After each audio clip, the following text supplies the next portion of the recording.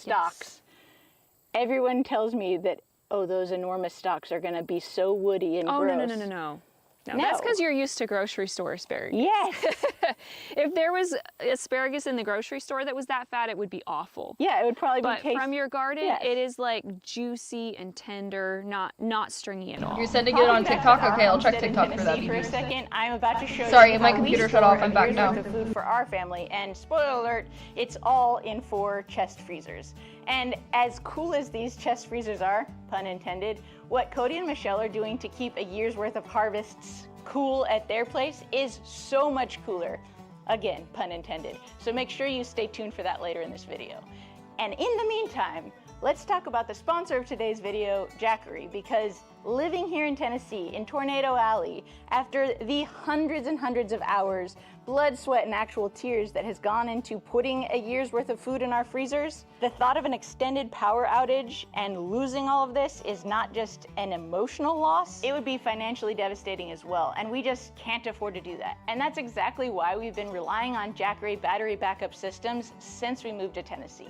And this is our new solution in that regard. This is the all-new Jackery Home Power 3600 Plus, and it is a powerhouse. Literally, it can power our house. The reason we chose this unit is because it is an essential home backup power system. It has a 3600 watt output, which means that it can handle the power surge of a big appliance like a freezer kicking on. But the cool thing about this thing is that if we have a long extended power outage, like we have had many times here, all we have to do is pop on the solar panels during the daytime and the whole unit can recharge as fast as 2 hours. This thing is very well equipped to be able to back up everything you need in your house. It's got all kinds of USB, USB-C, regular power cords, and a 240 output as well. But here's the thing that makes this unit actually stand out as a home backup unit. We had a professional install a manual transfer switch that switches all of the essential home appliances for our home over to this unit with just the flip of a switch in a power outage,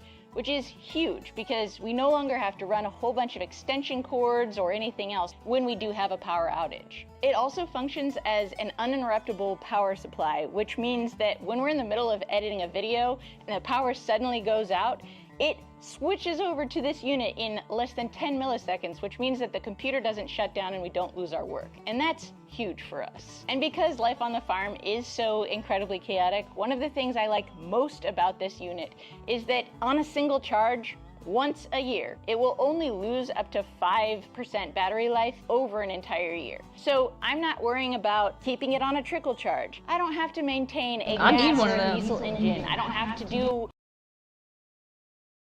Oh shit. I gotta fix my keybinds though because the button I have is the back button for the browser.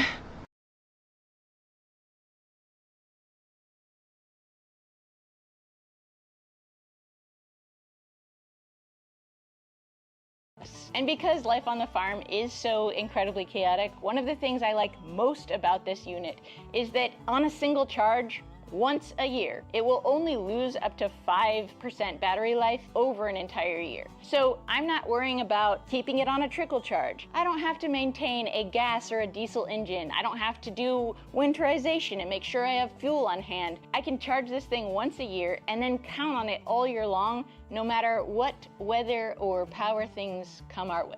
That's actually overpowered. I really want one of those. Backup system for your home. I highly recommend you check out the Jackery Home Power 3600 Plus. There's a Jackery, sponsor me. Send me one. On the unit, and a huge thank you to Jackery for sponsoring this video and making videos like this possible. So, I mean, we call our gardening. I gotta reach out to Jackery. It truly just basically needs nothing. Yes. But you kind of have to do that if you're going to actually be realistic about how you're growing your food for your family, right? Right. So tell me some of the things that you do to make sure that it's easy for you to garden or realistic for you to garden. Okay. For me, like one of my strategies with kids and not having overwhelm, we grow lots of root vegetables because I don't have to can and preserve those. Number one, that's my number one tip. And number two, I really try to just maximize everything that I do. When it comes to sweet corn, instead of planting like succession plantings of sweet corn, I try to just plant one big picking and then I'll have like 2 massive preserving days, and then I'm done with sweet corn for the year. Yeah. So for my raspberries, some people like to have raspberries trickling in all through the season. I would prefer to just have a big fall crop so that I can just focus on raspberries. With green beans, I only do those every other year because those take like a lot of picking and snipping and snapping, whereas broccoli, I can just cut the head off. And I have a massive amount of food that did not take me long to harvest, and I can just blanch it, throw it in freezer bags, and I save myself a ton of time. So rather than succession plantings, I prefer to do one big planting of something and preserve it in some way rather than just constantly have fresh food coming in. And I would love to have fresh food coming in all the time. But then your full-time job would be gardening and picking and harvesting fresh food for every dinner. Takes a lot of time. It does take a lot of time. Like in the winter, my meal prep is actually easier because I just bring up all of the veggies that I need for the week from the root cellar and I peel them. I don't cook them. Peel them, kind of plan like these rough meals, put them in Ziploc bags, and I have my food for the week and I don't have to think through meals. But in the summertime, I'm, you know, like, okay, we'll have zucchini fritters tonight, or we'll have fresh green beans or fresh tomatoes, like a salsa or something. And so, like, meals actually take a lot longer in the summertime when I have all the fresh food coming in. Yeah, so that's wild. So in the winter, when it's like school nights and all of these other things, it's actually easier to meal time. It's actually much easier, yes. And another thing that I do for homeschooling moms is I only homeschool when I'm not gardening. I try not to split my focus because I get really overwhelmed with that. So I quit homeschooling in May, and then I wait to start homeschooling until October. So most moms have already started school for the year, and I'm like, nope, not until gardening is completely done. I'm hearing a common theme that I actually think is probably very important for people who watch my channel. It's a lot of everything all at once, all the time. Yes. And I would be the first to tell you that that is the least effective or efficient way to do anything, because splitting your focus is going to mean you're splitting your time and your energy and everything else. Multitasking is a myth. I've already learned so much from you just in, hey, we could do all of this one time. Yes. And actually, if we know how to put it away right, subtle foreshadowing, then we never have to think about it again. Yes. So cool. Yes.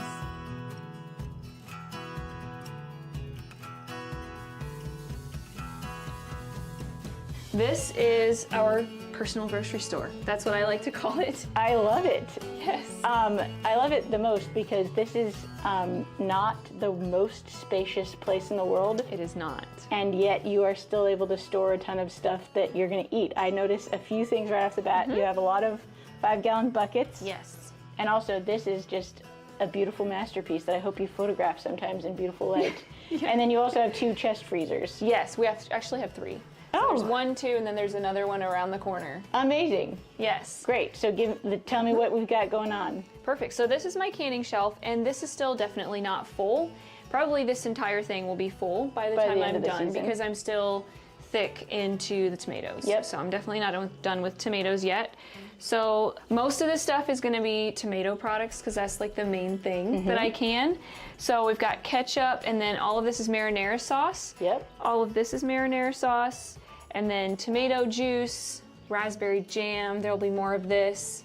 And then all of that is barbecue sauce, chunk tomatoes. There'll be more of these coming. And we'll also be filling another shelf with applesauce and probably bone broth. So yeah, more of this to come. And then up here we have dried beans. Yep. And we'll be refilling this. I'll show you what we have around the corner in a second. So we'll have a bunch more dried beans up there. And then down here is like salt, sugar, rice, beans, wheat berries, what else is there? Oatmeal. So all of our dried bulk goods we store in food grade buckets. That way we can just stay out of the grocery store. Amazing. And do you like order that stuff in bulk? Like the stuff that you don't grow, which is probably not a lot, but you order it in bulk. Do you get it from like Azure or something Azure like Standard is my go-to for most things. I do get some sugar other places, like I have my weird little preferences and stuff, but most of it is from Azure Standard. What I love the most about this is I always say, like, I wish I could time travel because, you know, the wild, wild west was an interesting thing, thinking about getting all of your stuff from a mercantile and then getting everything else from your neighbors. And like, that's your only option, is maybe you get your flour and your sugar. But you guys are actually doing that, like, for real here. So we've got, like, do you ever, I mean, I'm guessing that you probably don't have to deal with mice. No, this whole basement is concrete, so people ask us, what about mice? And I'm like, it's just naturally rodent proof. Well, plus you don't have concrete. anything sitting around. No. Well, in the cold room we do, but we've never had a single problem with rodents or bugs or anything. that's incredible. What is a cold room? Because right here, this is just like your run-of-the-mill basement below your house. What's a cold room? So basically, oh, Cody, you need to explain this one. I'll get behind the camera, you explain it. So traditionally, a lot of people longer ago would have used a root cellar. A root cellar, you would just dig into the ground, and you're using the Earth's natural temperature, which is usually around 50 degrees. Yep. And it'll stay about that if you have all four walls and like buried in dirt, if you have it all in the dirt like that. 18 inches below the ground surface, most places, is the same temperature all year long, no matter if there's snow on the ground or sun in the sky. A wild thing. Right. So, but we didn't have the money or the equipment to dig a root cellar, but we had a basement. So what we did is we walled off part of our basement so that 2 of the walls in our cold cellar are touching the earth, they're in the ground. And then the other 2 walls I just built and super insulated. So we actually talked about this in one of our recent videos, and I went into some detail about how I did it and everything. So make sure to point to check that. out More Than Farmers to find out more information about how you, fellow basement owner, can create your very own cold room / root cellar without an excavator. Right. Bum bum. it can be a very simple process. So like I said, I just built 2 walls against 2 basement walls, super insulated them. And then one key thing for anybody to remember, you have to have good ventilation in there. The vegetables that are in there, as they're starting to rot and things, they will give off gases that if there's no ventilation, they will actually kill you. So you need to have plenty of ventilation, and it needs to be really insulated. One thing you can do if you want to actually make it colder, ours, we actually struggle a little bit with having it cold enough to keep some of our crops for as long as we'd like to. But if you want to do it colder, you can get something called a CoolBot that you hook up to an air conditioner, and you can actually turn it into like a refrigerator room. Yeah. That's not something we've done. It's worked for us. It keeps a lot of our crops for long enough, but it could be even better if we did something like that. Cool. So should we go take a peek? This is the cold room. Amazing. Yes, so these are our beautiful shelves that Cody put in. I love it. And these are my potatoes that are curing right now. Curing is a huge, huge part in having your vegetables actually last. So this is fewer potatoes than we had last year. Unfortunately, we had double this last year, but this will get us through. Yeah. It will be enough. So once these potatoes are cured, we'll just pop them in these crates, and we're actually going to be moving all of our potatoes, including the sweet potatoes when those come in, over to the other side. Yep. There's a door in between because you don't want to have like onions and potatoes in the same room. This is actually a big aha moment for me. I thought because we were in Tennessee that, you know, we have these like little wood boxes in our pantry that we have the onions and the potatoes. And I thought that because of our humidity, our onions and our potatoes were going bad so fast. Turns out, onions and potatoes make each other go bad faster. Now, this is actually a question I have because I saw a reel about this on your Instagram account. Like, is there a reason there needs to be this much space in your shelves? Like, do they need this much space to be able to cure? What if you were to have like much shorter shelves and 10 times the potatoes? That would be totally fine as long as they're in a single layer to cure. Like, you don't want them like on top of each other. Yeah, you don't want to bring your curing. whole wheelbarrow of potatoes in And dump them on a directly pile. from the dirt and then put them in a box Yes. and think that they're going to last for very long, because Right. that's a great way to spoil them real quick. Yes, exactly. And then over here, I will fill all these shelves with our butternut squash. Then the onions will go along here. And then back here in the back, should we come back in here? Squish Cody back in here. We've got all of love our tiny- onions Oh yeah, look. that are already cured. Roughly in numbers, how many onions are we looking at right here? Oh, probably around 150 to 200, I'm guessing. So an onion Yes. a day keeps the something away. Amazing. Yep. And so this little room here is literally just like studs, insulation, and it's a wall of your Really? basement. Yeah, think like, that I hear most that, like, important the thing for plant us of to the talk about potato is that how can small be this is. toxic. One thing that I really want to Right? emphasize is that our house may appear bigger, like through a camera lens, but in real life it's like 1,300 square feet. We have a very small Plants are basement. so complicated. This is a very tiny space. I don't know if you can see how No, I crowded said we are plants are in so here. complicated. But this is enough space for us to grow and store enough food for a family of 6 for the entire year. So you don't need a massive amount of space. Yeah, you don't need a huge piece of property. You Yes. don't need to have the massive house. You don't need to have all of those things. In fact, I, having gone from a much smaller thing to a much larger thing, am constantly like, I am so grateful for what we have, but also many times find myself longing for the days when I had a whole lot less stuff to take care of because that left more time for some of the other stuff. All right, so from this tiny space to that, what is this moldy pile here?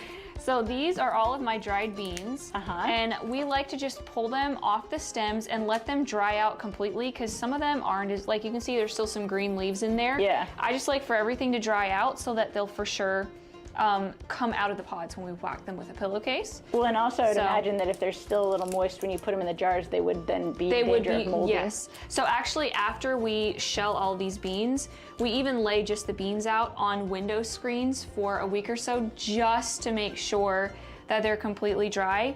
They're dry when you can poke your fingernail into them and they don't dent, which these feel very dry. That's cool. So if it doesn't, this still leaves a little dent so they're not perfectly dry. Amazing. Yes, this is navy, kidney, which is the red ones, and then tiger's eye, which is those beautiful. Yeah. Yep. So cool. Also, growing up, I was like, true security is like in what you have around you. My biggest bragging point at our house has nothing to do with anything except what's in our 3 chest freezers. Yes. We have a beef, a pork, and a chicken. Yes. And you, I see, are a fellow freezer lover, so can we? Absolutely. Can I look in your freezer? Absolutely. What So do this we is have our here? beef freezer. Excellent. So we've got, actually there's some chicken over there. There's steaks, roasts, there is suet for tallow, there's a whole bunch of hamburger, Perfect. just a bunch of random things in here. What? So you don't have to show the Simple Truth pizza. Well, and here's the thing. Actually, I love real life. We're not going to pretend that we don't sometimes need to have something to toss in the oven. Like, Absolutely. I shamelessly, like, it's like when we're on the homestead, we eat what's on the homestead. When we are at home, here, I'll close this. I don't want you getting freezer burn on those beautiful steaks. But when we're off the homestead, like, I am not too good to eat a Taco Bell if I Absolutely. need to. Like, it's Absolutely. everything in moderation, at least for me, that keeps me both sane and also, I think, the stress of trying to be perfect and do things perfectly is far more damaging.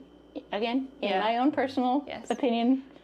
I've been known to, like on a big canning day, I'll bust out the hot dogs because, Heck yeah. you know, in order to eat really good all winter, it's okay to have a sacrifice during the week. Yep, absolutely. And then this here is our carrot fridge. Okay, this is the thing that I wanted you all to see probably almost as much as that because you literally pull them out of the ground and then put them in plastic bags. I put them straight into these plastic bags. Do you wash them first? Nope, no washing. I tape this up. You can see there's some condensation in there. That's actually a good thing. I want a little bit of moisture in there, not too much or they'll get slimy, which is why I don't wash them. Yep. But I cover up all the air holes, and if you don't cover up the air holes, I noticed that the carrots will get, like, they'll kind of shrivel and get a little rubbery. Yeah. And so you want just a little bit of humidity in there. And these stored last year for us for 10 months. That's insane. So It is insane. you have fresh carrots for 2 months, and then you have stored carrots for 10 months, and then a lifetime supply of Olipop. This is our chicken freezer that is freshly stocked. And you raise all these chickens Yes. out in your yard, right alongside your garden, right? Yep. Amazing. Yes. So you can raise this much meat on not a lot of land. Absolutely. I feel like this is a common theme. Exactly, exactly. I think this is 65 chickens in here. And that's a year's worth of chicken for your family? Yes, because we like have a whole bunch of beef too. I Perfect. go a little heavier on the beef than I do on the chicken. It's just a Same. personal preference. Same girl, same. Yep. And then this here is my berry and vegetable freezer. So it's a bit in a disarray right now because as I preserve things, I just throw them in here at the end of preserving day. Yeah. I've got peaches, sweet corn, raspberries out of my ears. There's broccoli, green beans, lots and lots of freezer jam. Amazing. Strawberry jam, all sorts of things. Zucchini brownies, all the things Heck yeah. in here.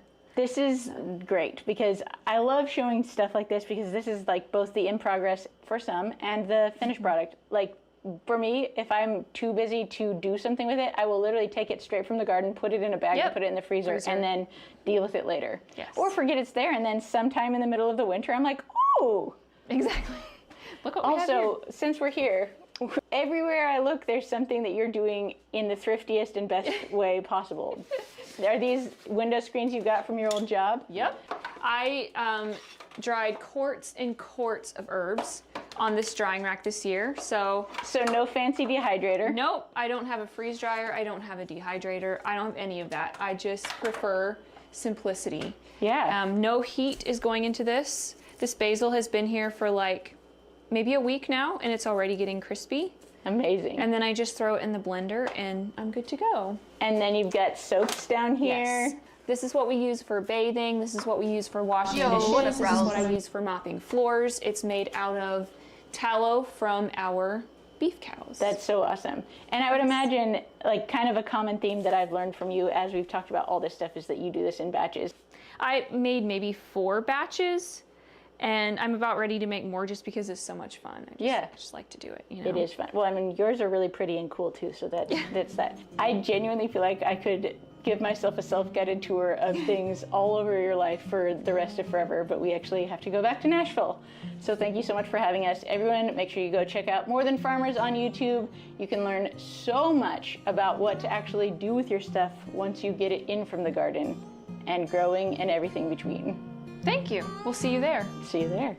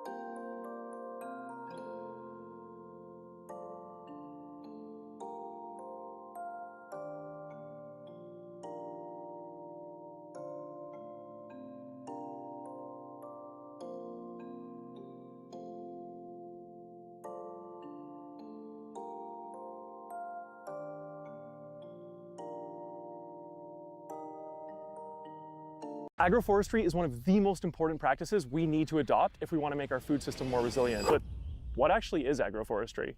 The way that we grow food right now is broken. We all know about pesticides in our food and the decreasing nutrient and mineral quantities of our fruits and vegetables, but many people are not aware of what's coming. Things are honestly way more precarious and our food system is a lot more fragile than I think most people realize. Conventional agriculture is not ready for the next century, and honestly, this should scare you. But there's actually a lot of solutions. In this video, I'm going to talk about a very promising solution that's actually older than farming itself. It's been getting a lot of attention recently, but big corporations still don't want to use it. It grows healthier food, and it does so without fertilizers or pesticides. So get comfy and let's learn exactly what agroforestry is and why it just might be one of the most important solutions we have to fix our food system.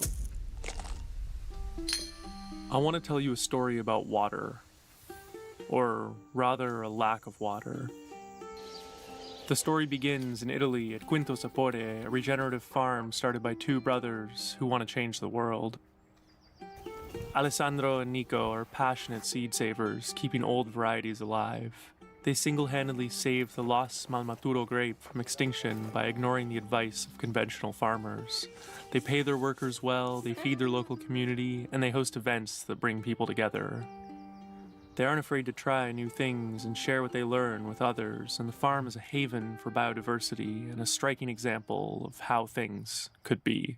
But all of this is at risk. I'm Alessandro Giugioli, the owner of Quinto Sapore. Last year, they had a 6-month drought, and things are getting hotter and drier here. And basically it doesn't rain anymore. In the summer it doesn't rain at all.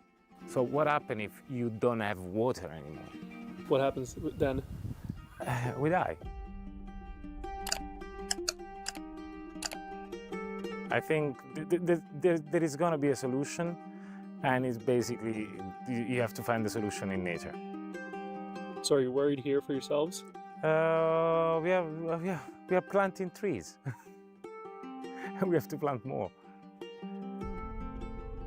The droughts are increasing in severity and frequency at a rate that alarms Alessandro. I think we have no time. That's the only problem. We have no time.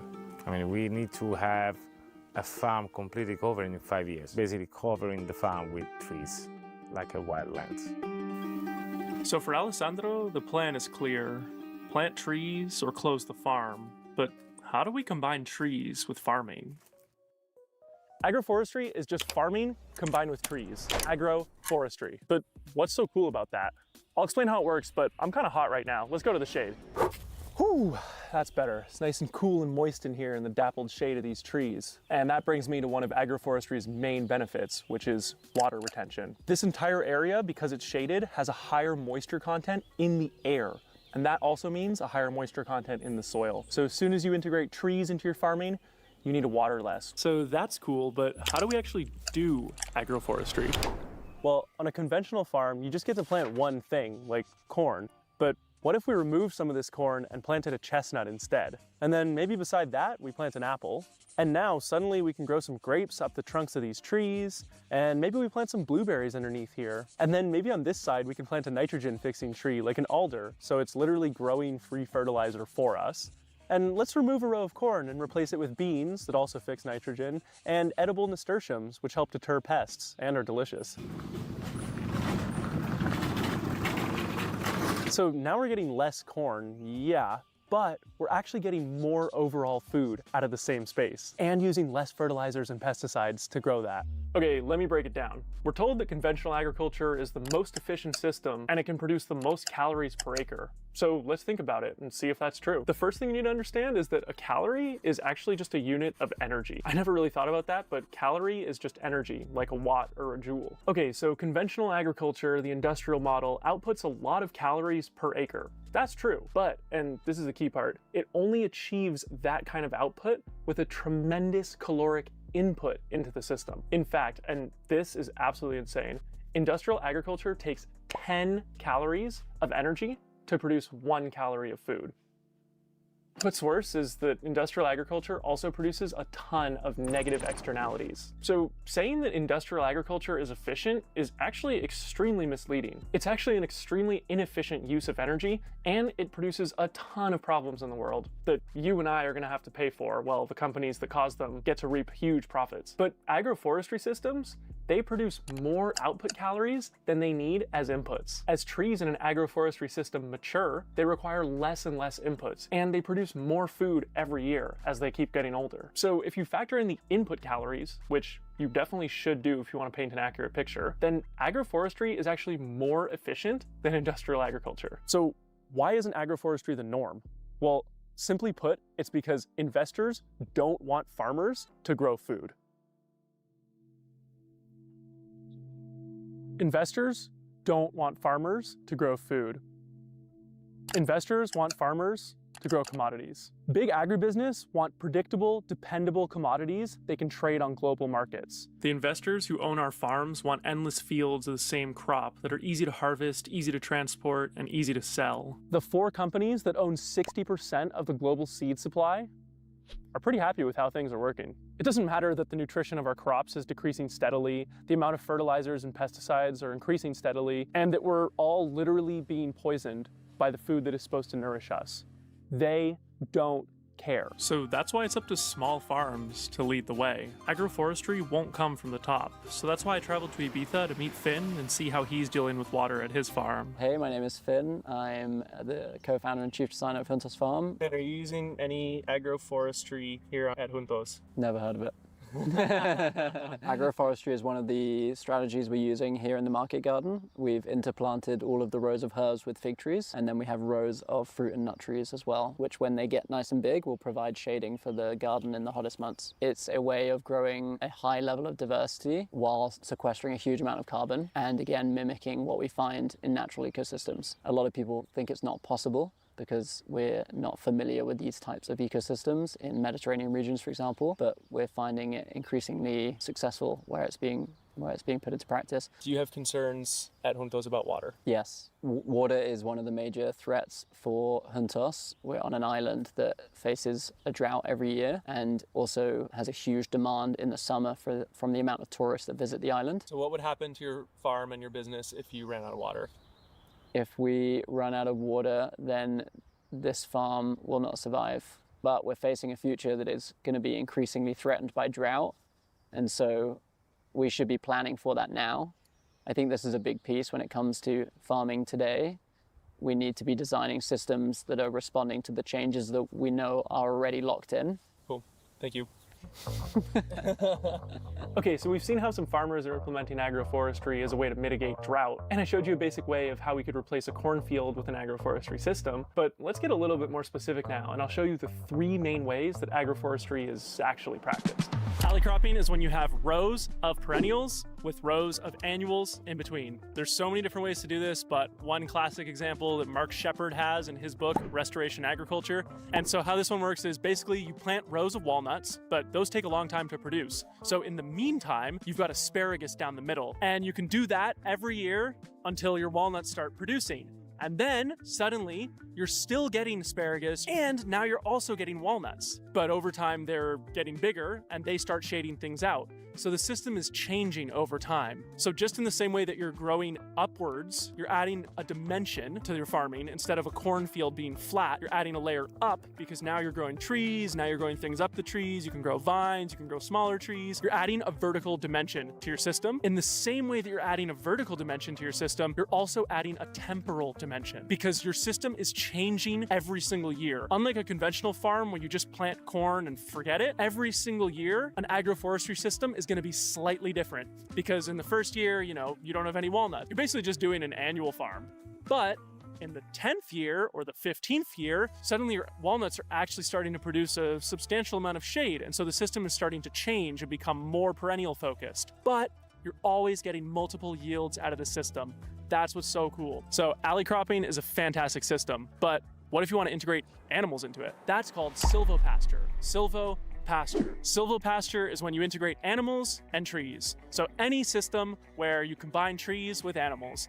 There's a ton of benefits to combining these two things. So let's say, for example, that you've got an apple orchard. Instead of just having an apple orchard, what if we ran our chickens underneath those apples? Well, suddenly the chickens are going to be eating all the old fruit that falls, and they're going to be eating bugs and pests. So you're going to actually reduce your pest pressure that you have on your apple tree. You're also going to be fertilizing those apple trees because the chicken poop is extremely high in nitrogen. And you're going to need to feed your chickens less because the chickens get to eat the apples that fall. And you're also going to be providing shade and predator protection to the chickens. So it's like a symbiotic system that just makes everything work better when you combine animals and trees. Okay, that's cool, but what if we want to do even more? Well, then we can plant a food forest. Food forests or forest gardens are basically just mimicking how nature grows. Nature doesn't grow straight rows. Nature doesn't grow one thing. Nature grows forests. Every single ecosystem that has enough water and doesn't get damaged in some way is trying to become a forest. Think about that. So to understand that, you need to understand succession. A grass field is trying to become a forest. At first, you get dandelions. Then you start getting weeds that have woody stems, and that starts bringing in more fungus to eat those. And over time, you're building more and more towards a forest, and eventually you're gonna get an old growth forest. That's just how succession works. And so once you learn about that, trying to grow annuals the way we do, like just corn or wheat or whatever, is actually working against nature. Every single year, you're having to reset the succession and start earlier down. So instead of doing that, what if we just embraced what nature wanted to do and we mimicked how nature grew things? By mimicking how nature grows things, we plant in what's called a food forest. Food forests are insanely cool, but honestly, that's a whole nother video. Comment down below if you want to learn more about that and I can make videos about it. All right, enough talking. Let's go check out a real agroforestry system.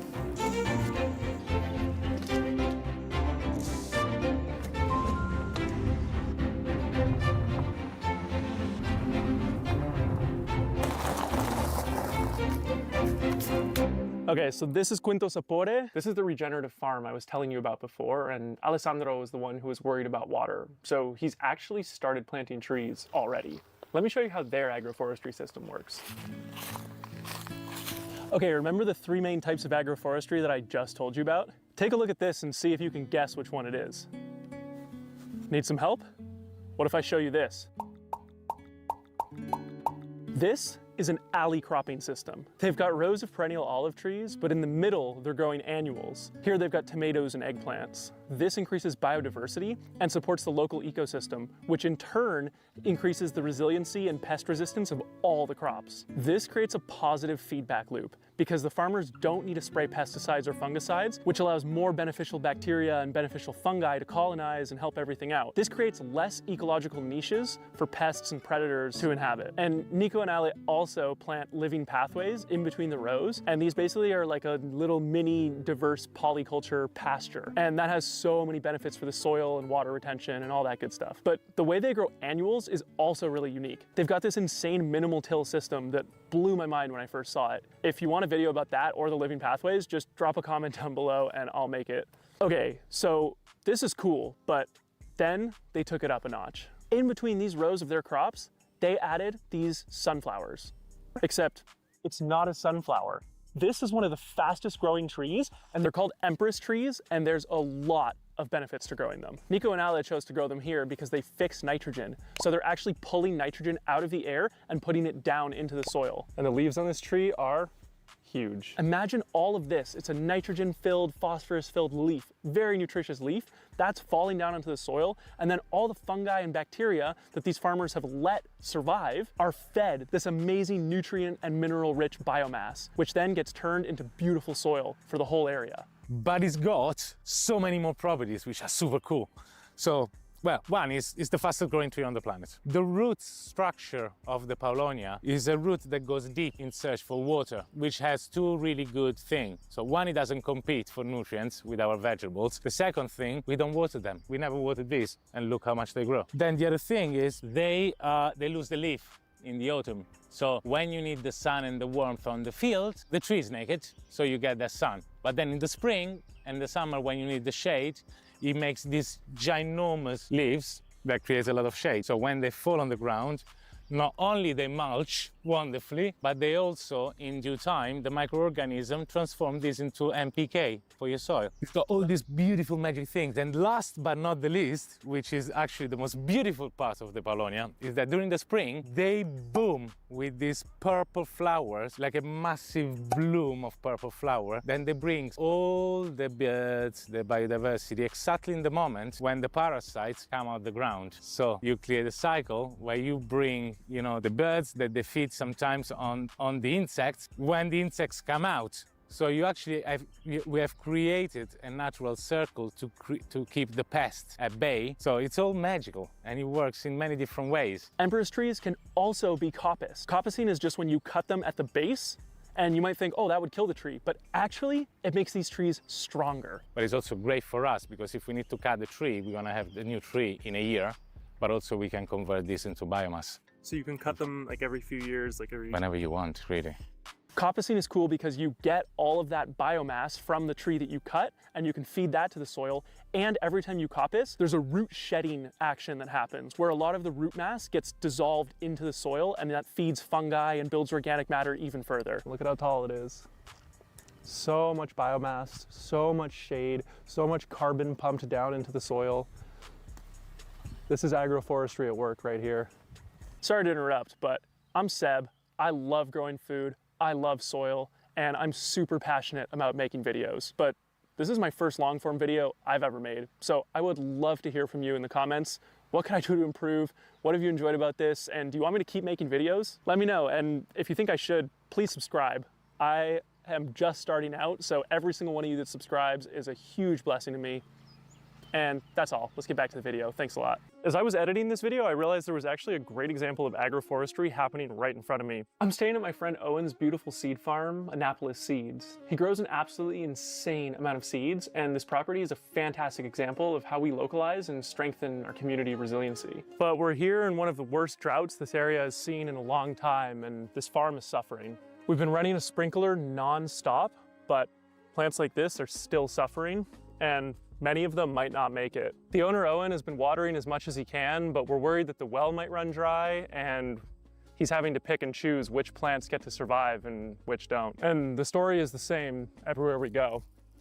Plants stunted by lack of water, dry soil, it's not holding it. These plants are just being cooked in the sun. These fruits are literally falling off of these tomatoes as they're drying up and dying. But there's one place where this isn't happening. Right here in this field, crops are dying, but 20 feet away, these fruit and nut trees are flourishing. These trees have not been watered, and even during the drought, they are loaded, absolutely loaded with fruit. How do we explain that? Simple. It's because perennials are more resilient than annuals. As intense weather events continue to increase, we really need to be thinking about how we can make things more resilient. And agroforestry just might be the answer. But agroforestry is not a new invention. It's actually been practiced for tens of thousands of years by indigenous cultures all over the world. When European settlers came to North America, they thought it was all wild, but it was actually an actively managed agroforestry system taken care of by many indigenous people who had a deep understanding of the land. But because they didn't see nice straight little rows, the Europeans thought that they were just in a wild space. Oh man.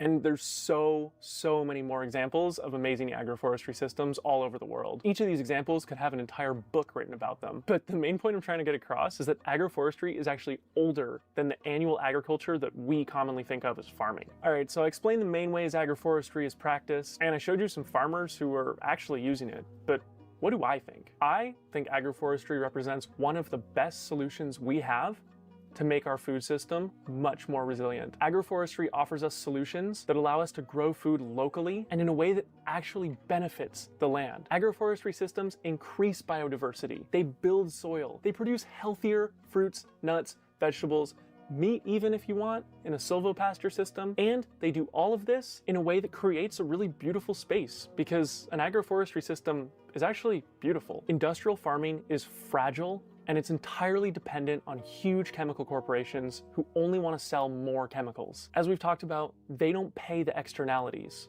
We do.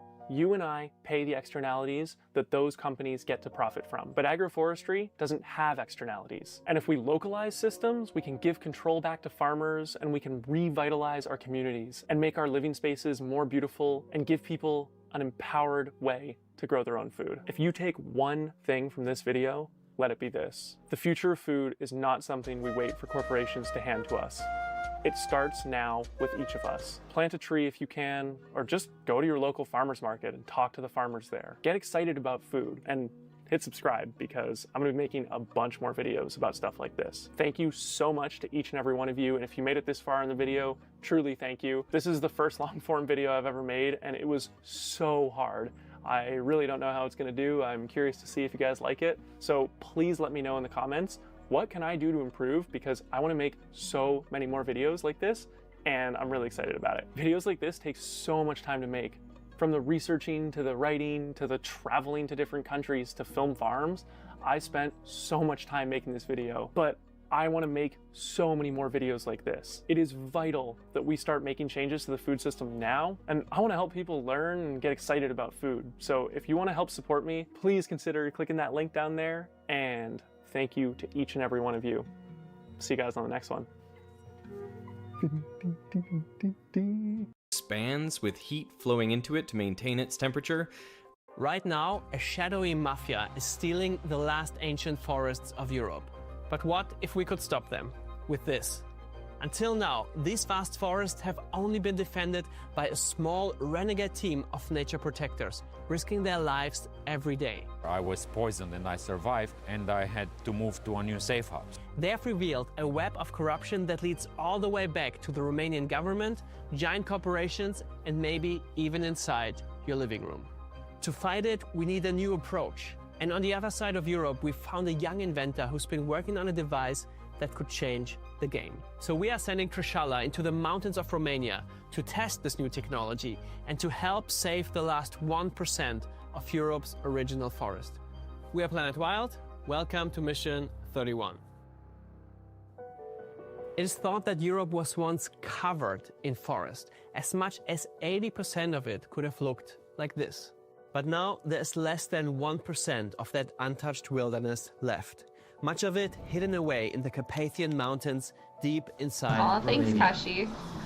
I appreciate it. I stepped into a totally different world. God damn it. It's a bot.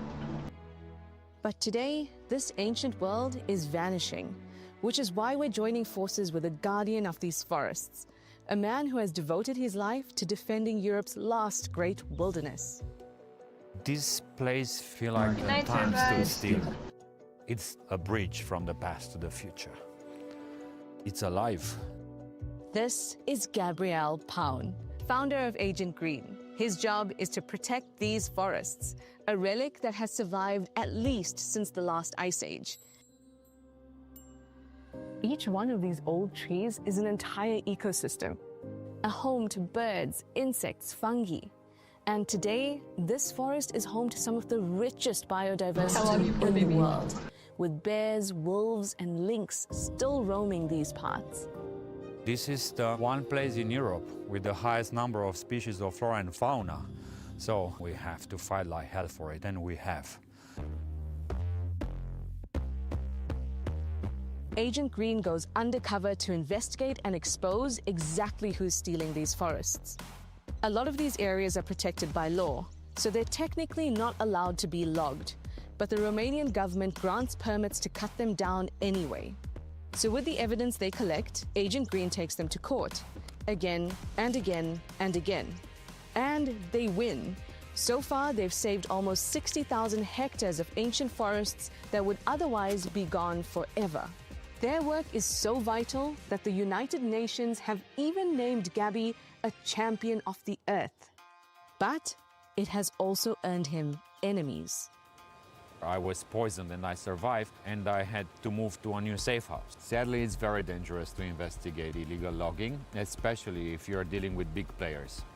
To fight, Gabby needs every possible weapon in his arsenal. And that is what we're here for. Inside this box is an intelligent system that could change the game. But how will this actually stop this? That is the important question. Logging in Romania has gone out of control.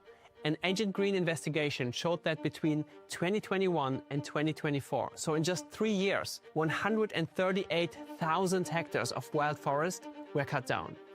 To put that into perspective, if you lined up the trucks carrying all that wood bumper to bumper, they would stretch across the entire United States, from San Francisco all the way to New York City. When the caterpillar was cutting those trees, and I felt they were cutting into my body. I feel part of it.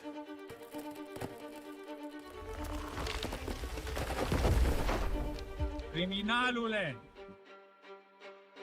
So how is this allowed to happen? And who is doing it? Oh my god, oh my god, oh my god! They attacked me with the intention to kill. The violence is extreme. I know that most people wouldn't expect this in Europe, in European Union, but this happened. People are dying in this country defending forests, so we have to be very careful. Here is super dangerous to park, even if it looks handy. We have to go there. We're just at the edge of the logging site. The entire slope used to be primary and old-growth forest only 20 years ago, and it's still ongoing. So they're cutting right now the last patches of primary forests. 1, 2, 3, 4, 5. This piece is at least 100 years old. There's like a whole chunk that I can't actually count. That's insane. This is trash, by the way. This is what the loggers make no use of. They've just thrown it over here. So these are trees that are dead for no point whatsoever. So why are so many powerful entities interested in taking this forest? Well, it's all about the money. Cutting ancient forests is far cheaper than managing legal plantations.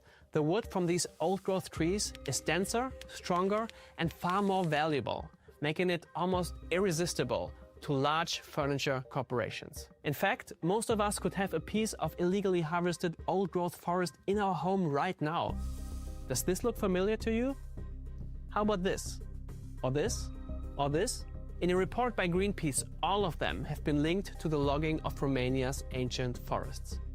With billions of dollars at stake, politicians grant illegal permits to do it. There's a so-called timber mafia that silences opposition, and everyone who profits from the system will stop at nothing to keep the machine I just alive. watched a second of it, and that looks really fucked up, man. First, we need to stop the loggers. Until now, the team had to actively search huge areas of forest for illegal activity, which is not only dangerous, but really time-consuming.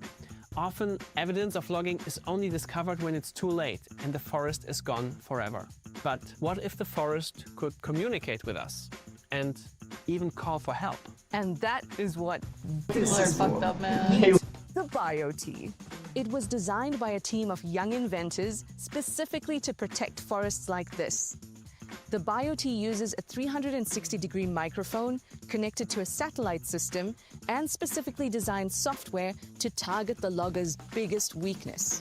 Chainsaws are super loud, and the BioT can detect any chainsaw within 1 kilometer of this area. Monitoring this forest in real time means that we can know instantly whether illegal logging is happening in this area. This is Florian Geiser from Hula Earth, and with their technology, we are basically wiring up trees and sending them undercover.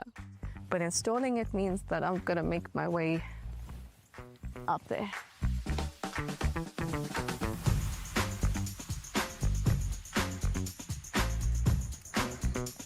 Okay.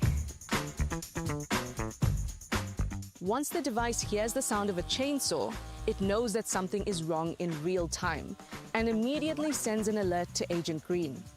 A ranger receives the alert and deploys to this location to confirm illegal activity, collect photographic evidence, and notify the authorities. Within a week, the logging is stopped, and the loggers will know that somebody is watching. If we can catch the loggers in the act, this makes the entire region much less appealing to illegal logging in the long term. Okay, wait. That's actually not even the best part. As well as detecting chainsaws, the BioT uses its 360-degree microphone to listen to the natural sounds of the forest.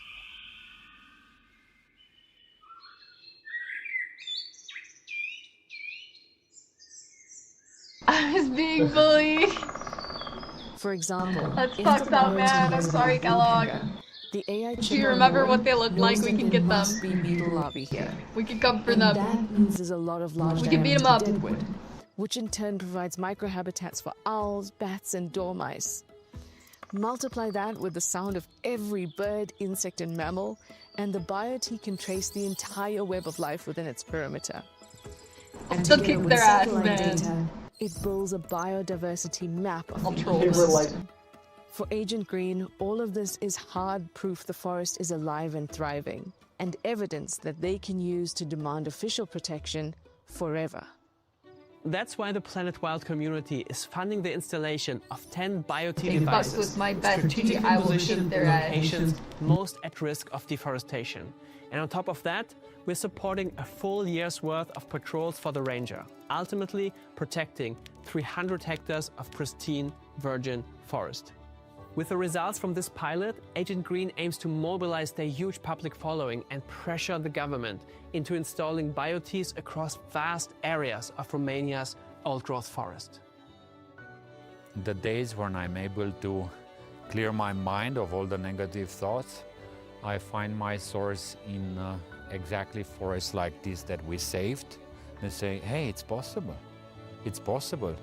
And when you make sure through contracts and laws that forests like this will remain untouchable, then it's a booster of motivation to keep on running. I believe we all have to join forces and fall in love again with the places where we live. And we become the nature defender in the place where we live. We don't have to travel the world to fight for nature elsewhere.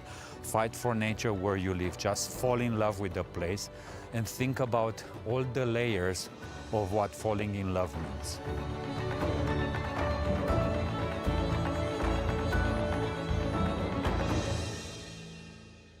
This genius solution is now already defending a first piece of ancient, irreplaceable forest.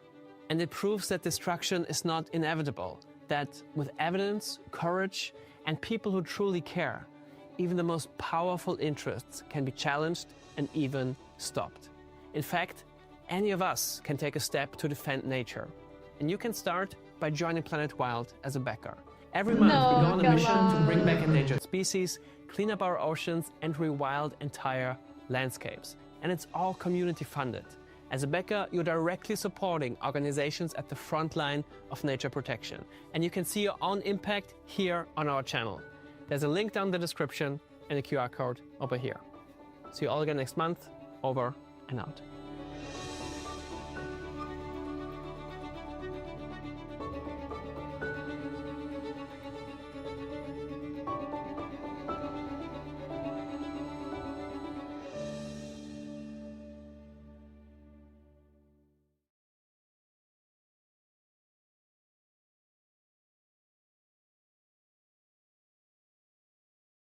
This is a video about avalanches.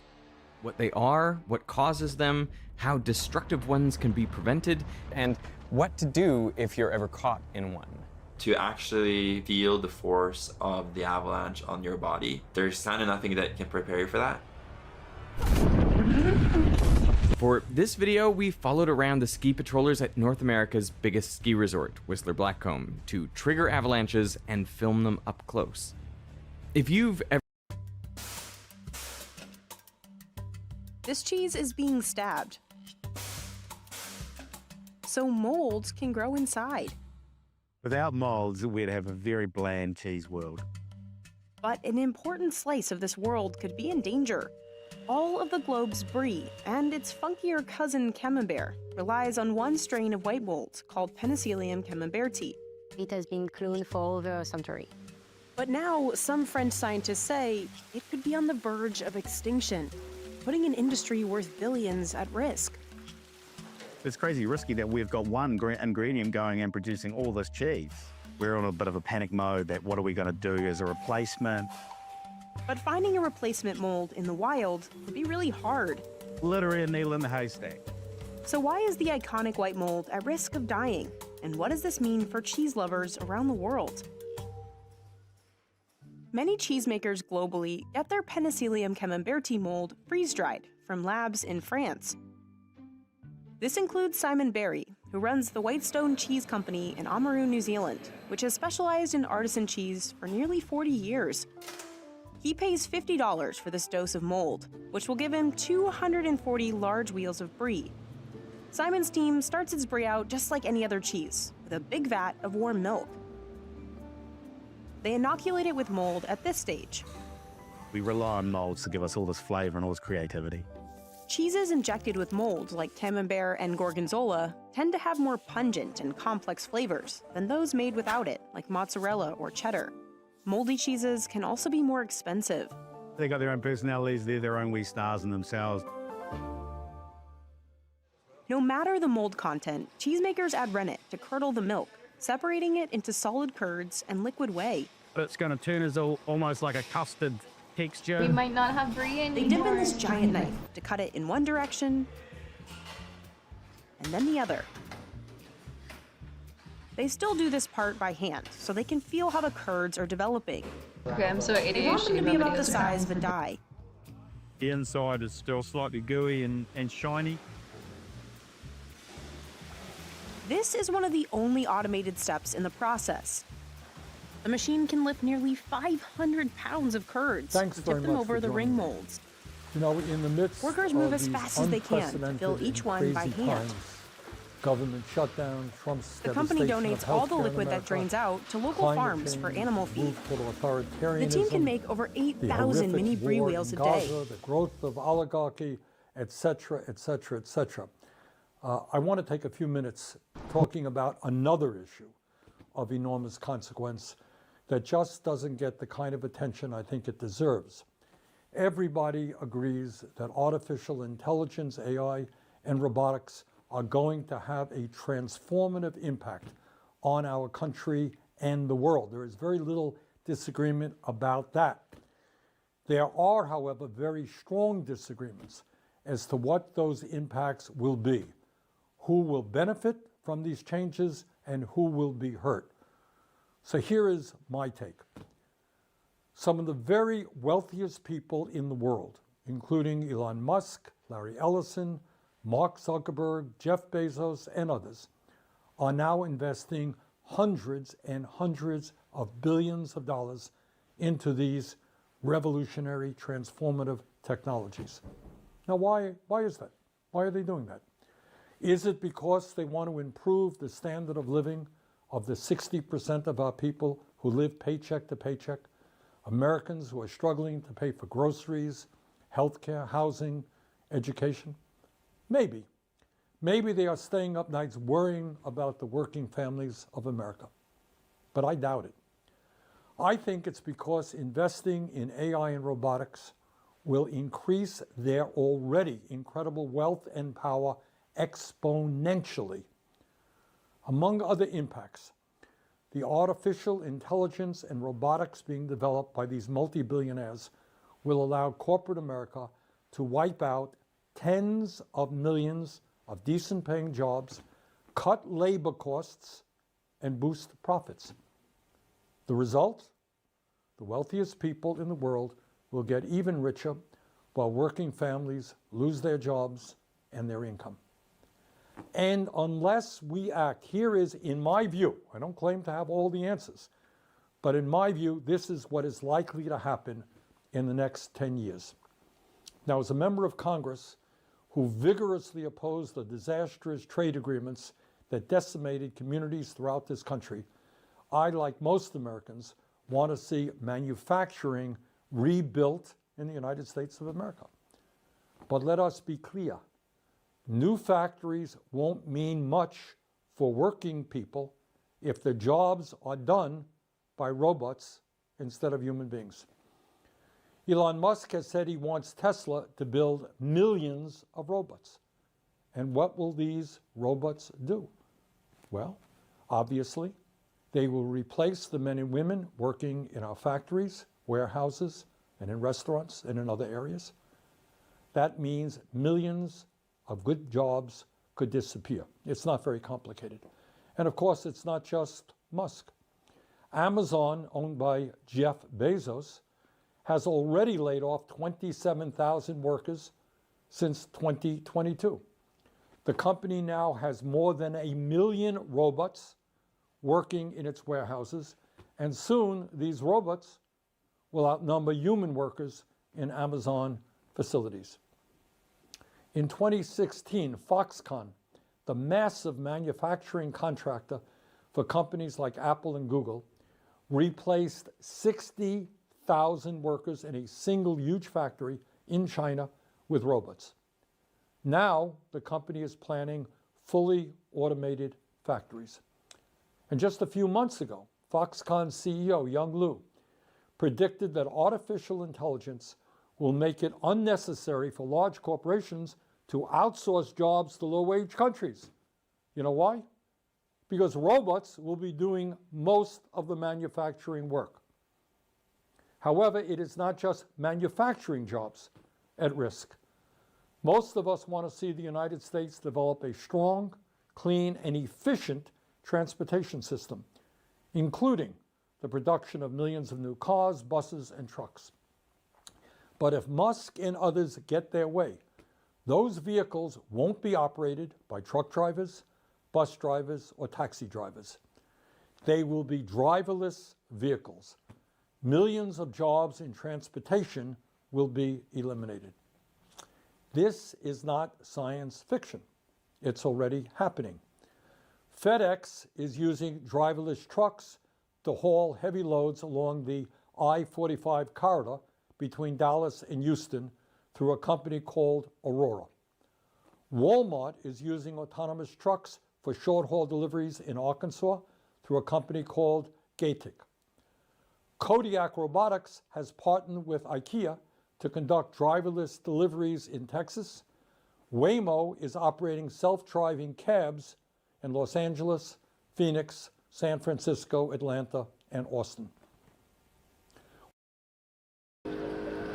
For the typical American, there is a lot of confusion about what life is truly like in China.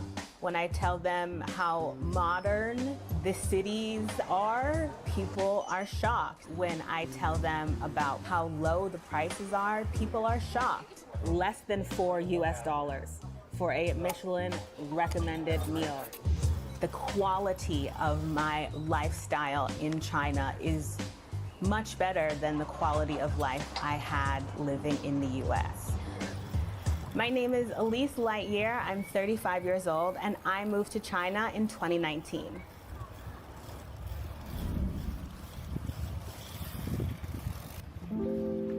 I grew up in the city of Ann Arbor, Michigan. After I graduated college, I moved to New York City and lived there for 10 years. I was working in reality TV production. I was tired of working 70 hours a week for 10 years. Being in my 20s, I felt like a 50-year-old woman. I was exhausted. I was living check to check, which sucked. One day I just woke up and it just clicked that this is not the life that I want for myself. I came up with this idea that I wanted to leave New York. I moved to Beijing in 2019 and lived and taught there for 4 years. Then in 2023, I moved to Chengdu and have been in Chengdu ever since. He's gonna let the duck be free. Good luck, Mr. Duck. It was really difficult to say goodbye to my family and friends because I didn't know when I would see them again. I didn't know how we would be able to communicate, and I was scared. I was scared of this 15-hour flight that I had to take. I was scared about what food I was gonna eat. I was scared about this new career, about being a teacher. I was scared about making friends, but I was ready and I was excited, and I think my excitement trumped my anxiety and my scared feelings. Chengdu is maybe a place you've never heard of, but it is actually one of the biggest cities.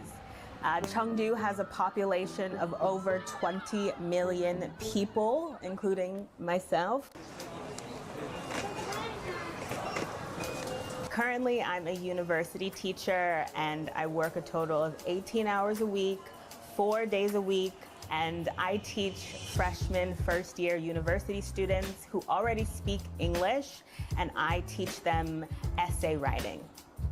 I take the subway every single day to work. It's really easy to navigate. All of the signs are in English and Chinese. All of the announcements are in English and Chinese, so it's foolproof. This round-trip subway trip cost me 2 yuan, which is 28 US cents.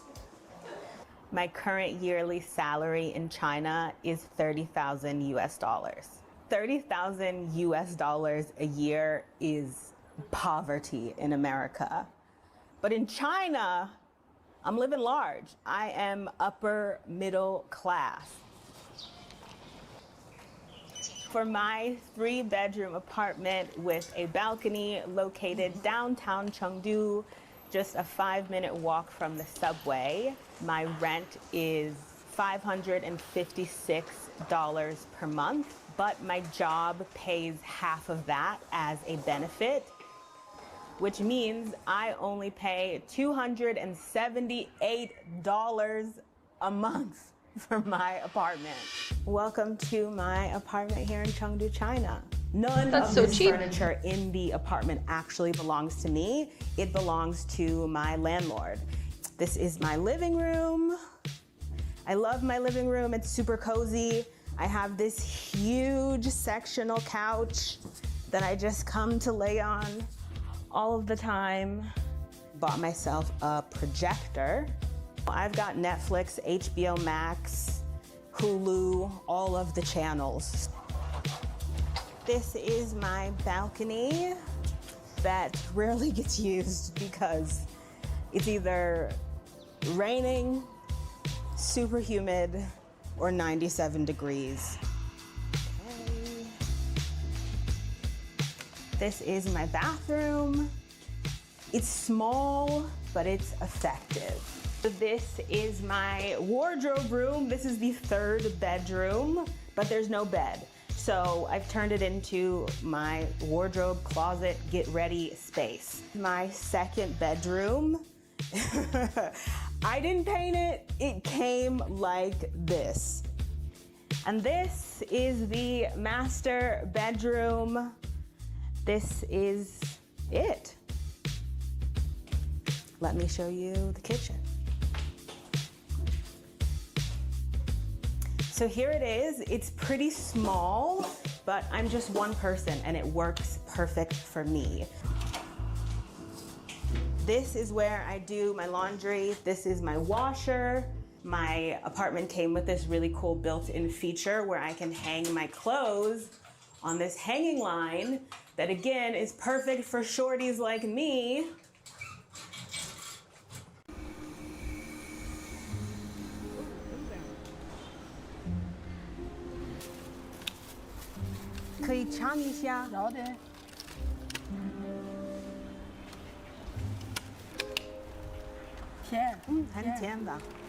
So other benefits that come with being an international teacher at my school is I have free health care insurance.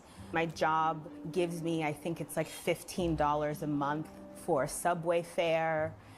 In addition, every year my job gives me a flight allowance, and that comes to $1,200 US. Each month, I think I spend approximately $75 on groceries. I have 4 bags of groceries, mostly produce, and a bottle of sesame oil. Total $9.04.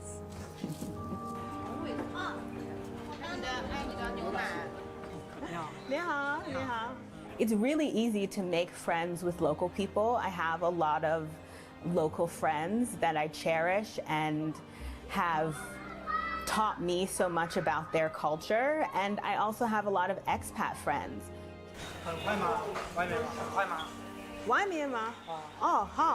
Okay.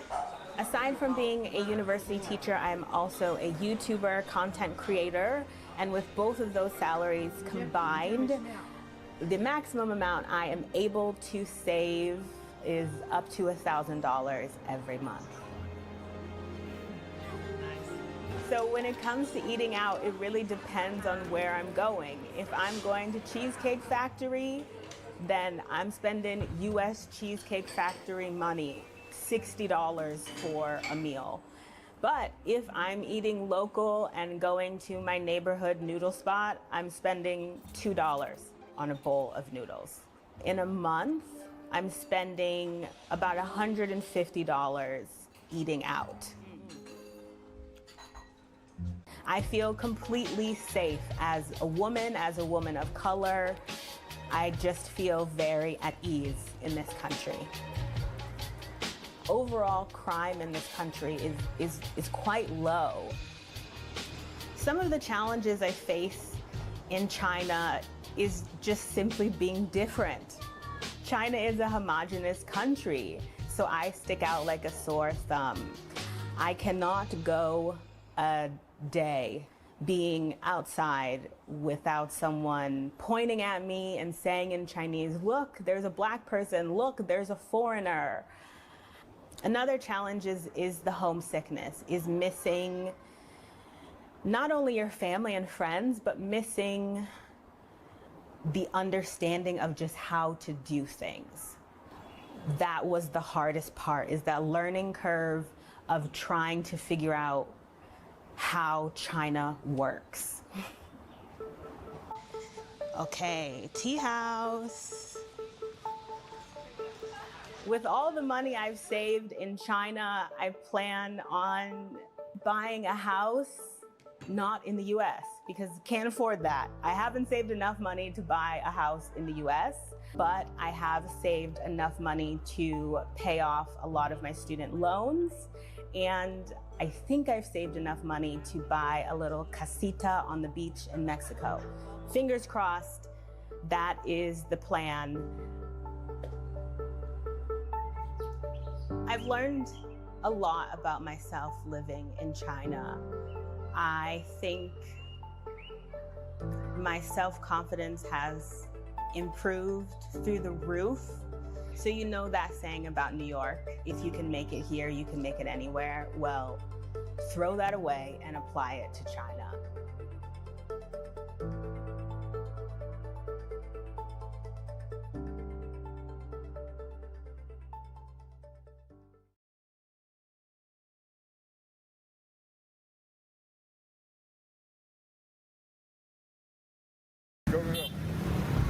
When I leave Vietnam, I'm constantly longing to come back.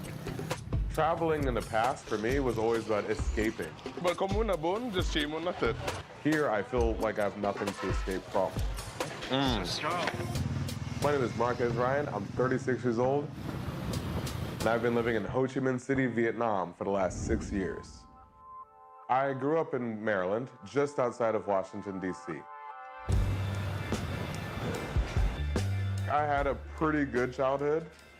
The issue was that the 2008 financial crisis pretty much wiped my mother's job away, and it really made things tough for us. I joined the military at 20, spent about 3 years in Korea, 2 years in Germany, and 1 year in a few locations in Africa.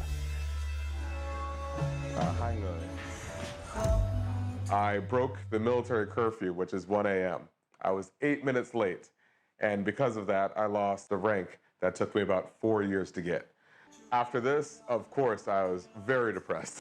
So during that time, I planned out a trip to visit my friend here in Vietnam, and it really lived up to all the hype. And that depression, just gone. And I wanted to hold on to that feeling as long as I possibly could. If we're being 100% honest, Vietnamese coffee is like a drug. It should not be legal in America. People will not be able to handle it. I can't handle it.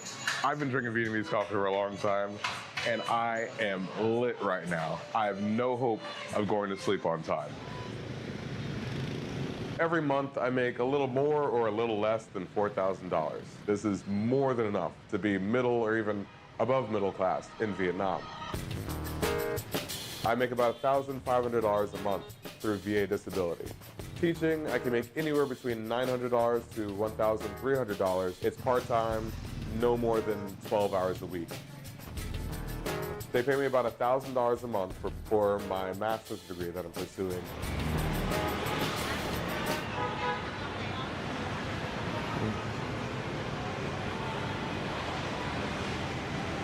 Next, we have day trading.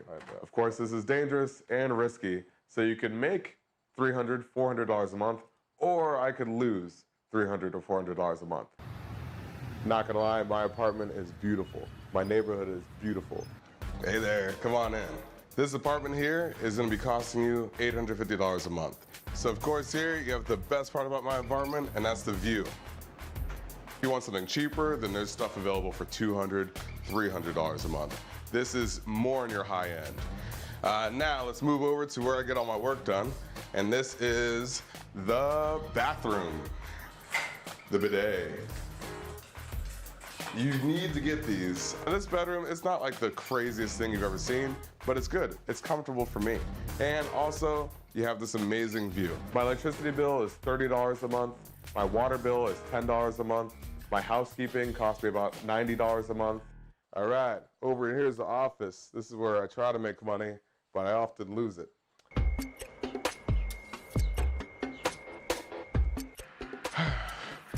This is an apartment gym. Pretty standard everywhere in Vietnam. You're gonna have a gym like this on the bottom floor. I bought my motorcycle about 4 years ago. It was almost brand new and it cost $1,500. The gas tank is full with $3 of gas. Very affordable, and that's gonna last me about a week. One thing I don't like about Vietnam is the noise pollution. So there's a lot of honking. If you are very intolerant to noise, this might not be the place for you. There's a lot of street sellers that say, "Bop sao day, bop sao day," all throughout the day. It is very important that you get your health insurance here. It cost me $1,000 for 12 months. Got done seeing Dr. Mark. He's my favorite chiropractor. I've been seeing him for years. He cracked my back, he gave me x-rays, he showed me all my problems. That consultation cost me about 1 million VND, which is the equivalent to $35, $36. On top of that, I got the electrotherapy and massage therapy. That is about $20 on top of that. So total, I paid $50 to $60 for a full session.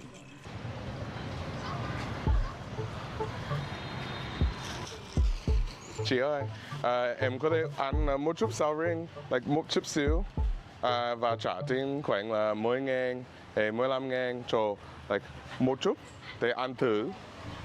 I can never claim that I'm fluent in Vietnamese because this is an extremely hard language. Mất, cái này là mất. Một trái nhiều tiền mới có thôi. Bún hay tốn, but không muốn là bún, just chỉ muốn là thịt. But I do a lot better than most of my peers here. Like cái nêm, nem. Nem nướng. Nem nướng. Thịt nướng, chả giò. The ones that never cook are going to order things off of Grab delivery, and that's going to run you about $400 a month. If you cook your own food, you could live off of $100 a month if you go to the right markets.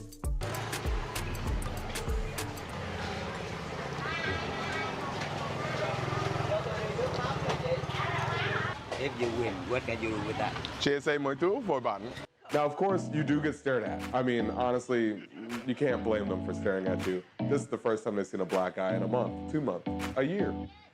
You have a good day, bro. You're awesome, man. Good night. Yeah. But is it a hateful stare? Like, not really. It's usually curiosity. So basically, what I notice is that I can walk up to random people, have conversations with them, and end it with a hug. And then, okay? I feel like, when's the last time I hugged a random stranger in America? Kind of wild, you know? But it's just a really friendly society here. Everyone's guard is kind of down, and I kind of like it. It makes me let my guard down too.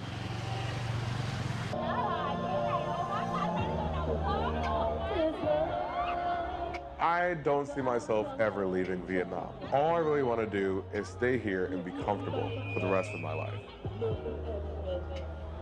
In the future, I'd like to build my own bar, a place where Vietnamese people can learn from foreigners and foreigners can learn from Vietnamese people. They can all come together, drink together, have a good time, sharing cultures. I think that's what it's all about. Guys, good to meet you, man. Gang, gang. No, black shake, black shake. Okay. So strong. Teach me, okay. Yeah, I got you, fam. Okay. All right, bye-bye. Have a good day. See you. All right, see ya. Cool peeps. Yeah, xin chào.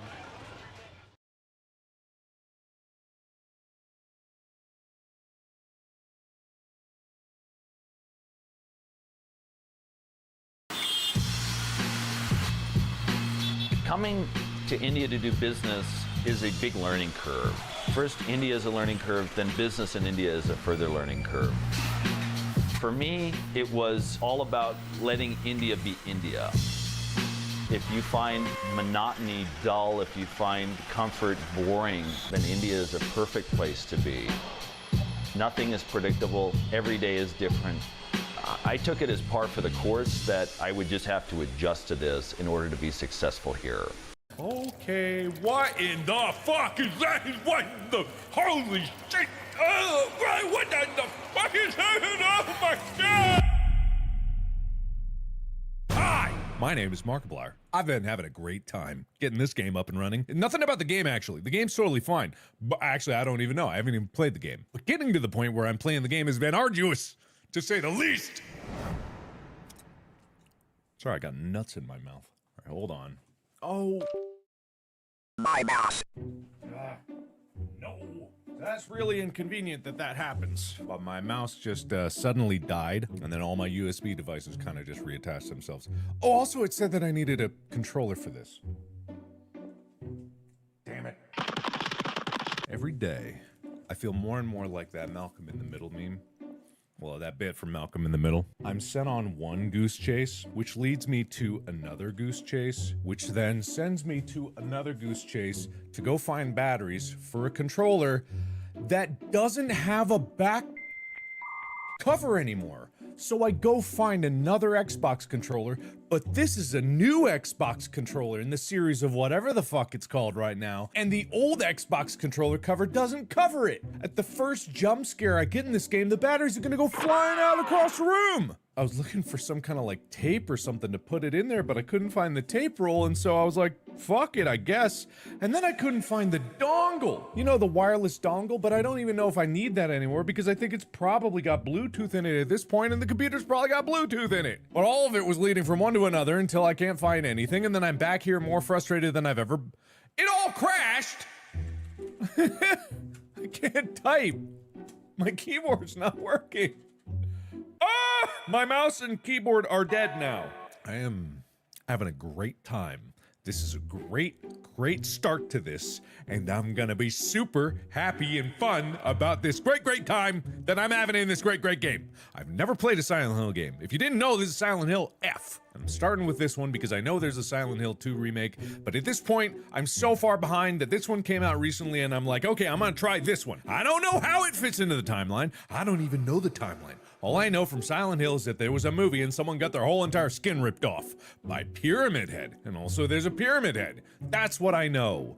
And that's all I need to know. And if anyone else gets in my way, I'm gonna rip your skin off. I'm gonna rip Lixian's skin off. Sorry about that.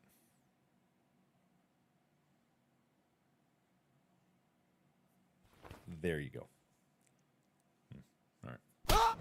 Now that I'm here with you on this wonderful day where we're going to explore the world of Silent Hill F for fuck, I'm going to have a great time, and I'm not going to be frustrated, and I'm not going to carry any of this ill will into the game or anywhere else out of the game or anywhere in the game.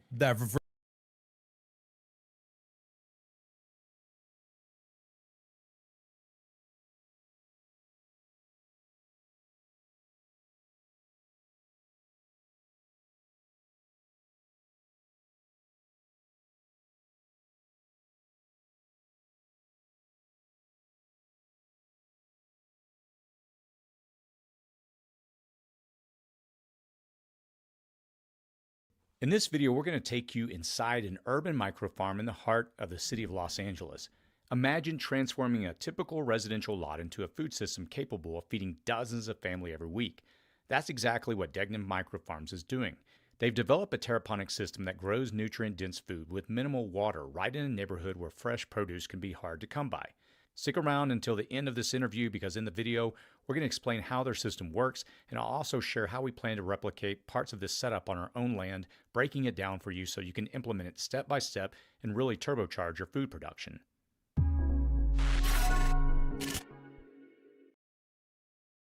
Hey YouTube, this is City Prepping. In this video, we're going to take you through a walkthrough of the Catnip Microfarm here in Los Angeles. We're in South Central. This is in the heart of Los Angeles, and we actually found out about what they're doing here on YouTube. So we decided to come over, check out what they're doing. We've been talking to Michael, Trey, and some of their other team while we're here, and it's incredibly fascinating. What they're doing here pretty much aligns with what we're trying to teach on the channel, how you can produce your own food with a limited amount of space in the city. They actually serve their community by producing this food, giving individuals in the community fresh food instead of food that often sits. It ripens in journey, and it's just not as nutrient dense as what they're doing here. So what I'm going to do in this video is interview Michael, and we're going to go through a series of questions explaining, allowing him to show their setup and what they actually grow here. My first question for you, Michael, is for those that do not know or may not know, what exactly is a microfarm, and why did you choose this particular area, this model here in Los Angeles? Wonderful.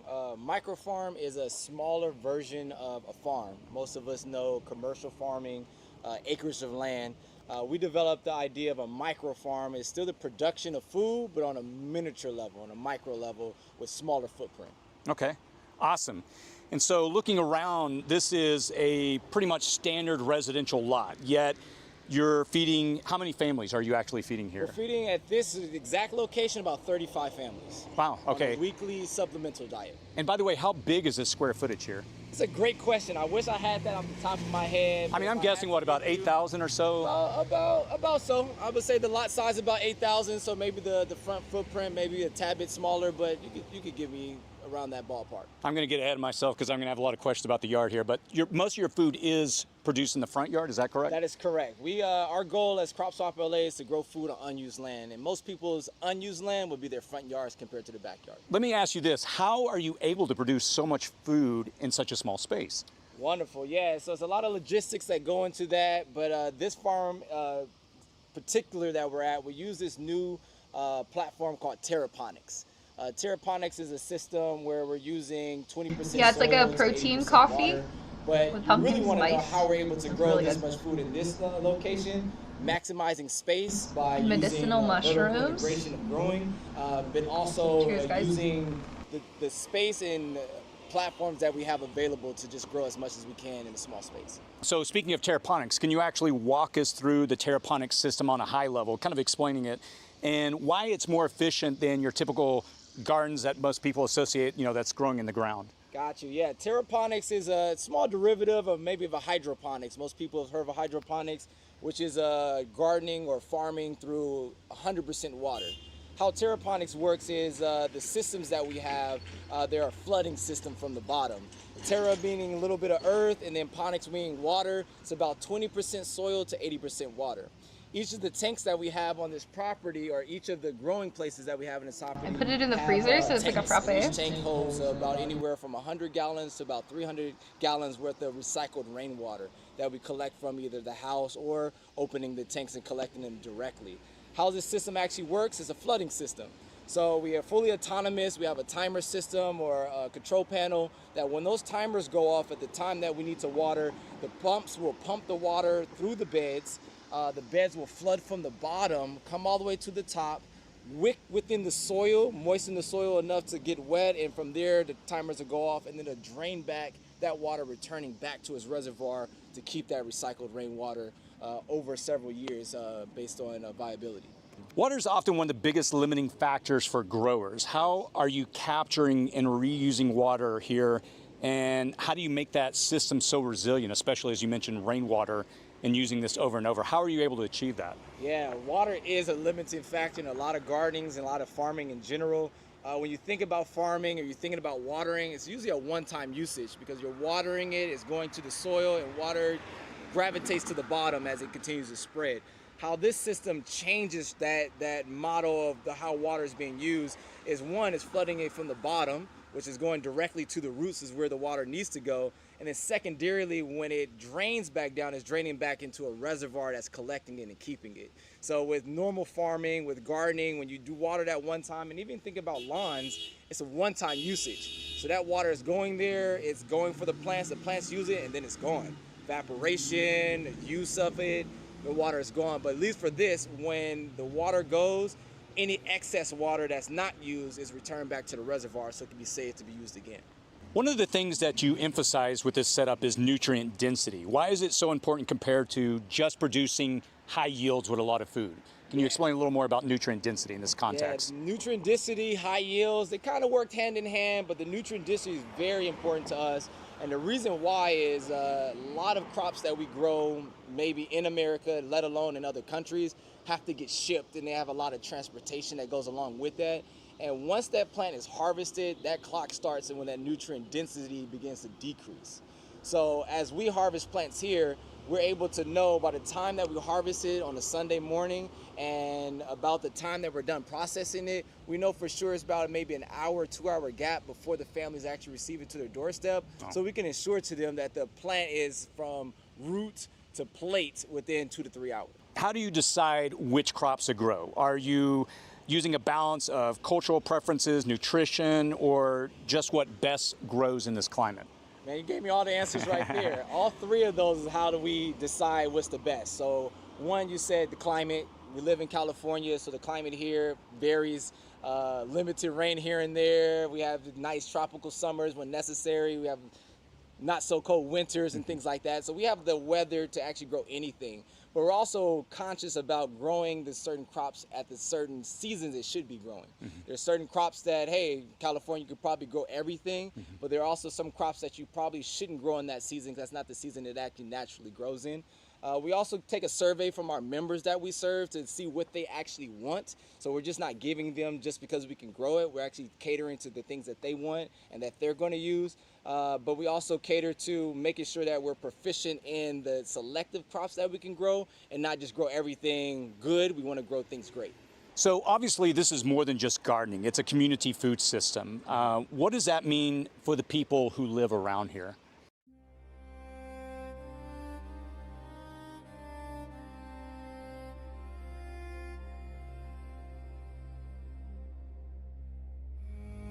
This power plant is at the center of a battle between finance giants and the American people over who controls the basic necessities of everyday life. Almost exactly a year ago, we made a video about BlackRock. And remember how last time I was like, calm down guys, they don't own the whole world, it depends on how you define own, blah, blah, blah. Well, okay, that video was about how they invest in stocks. But what if I told you there's a whole other side to this story where they're getting a lot closer to controlling some of the most critical parts of our everyday lives? Just 12 days after we released that video, BlackRock acquired Global Infrastructure Partners. And since that deal, they've been a lot more involved in infrastructure.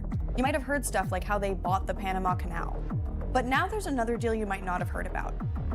They're trying to buy Minnesota Power, a company that owns this power plant and provides power to 150,000 people. This is a type of investment in what they like to call real assets, which is finance code for literally anything tangible. Basically everything we need to survive, like housing, infrastructure, and the land those things are built on. This is a test case for companies like BlackRock expanding into industries that we use every day. Things like water, hospitals, and electricity. And if they haven't already, they could be coming to your town soon. So why is BlackRock trying to change course, and what will it mean if they succeed? Last summer, I scattered my wife's ashes on the South Quashoi River. I don't want BlackRock to own it. So, BlackRock bought Global Infrastructure Partners, which is a big investment fund that itself buys up things like water and waste systems, transportation companies, and even large shares of entire airports. If you've flown in or out of London, congratulations, you're probably a customer of GIP.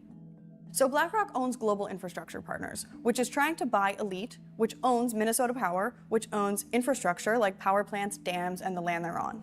But since people need power, it's not that easy, even for BlackRock, and there's a somewhat democratic process involved. This is State Senator Jen McEwen, who represents many of the people who would be affected by the buyout.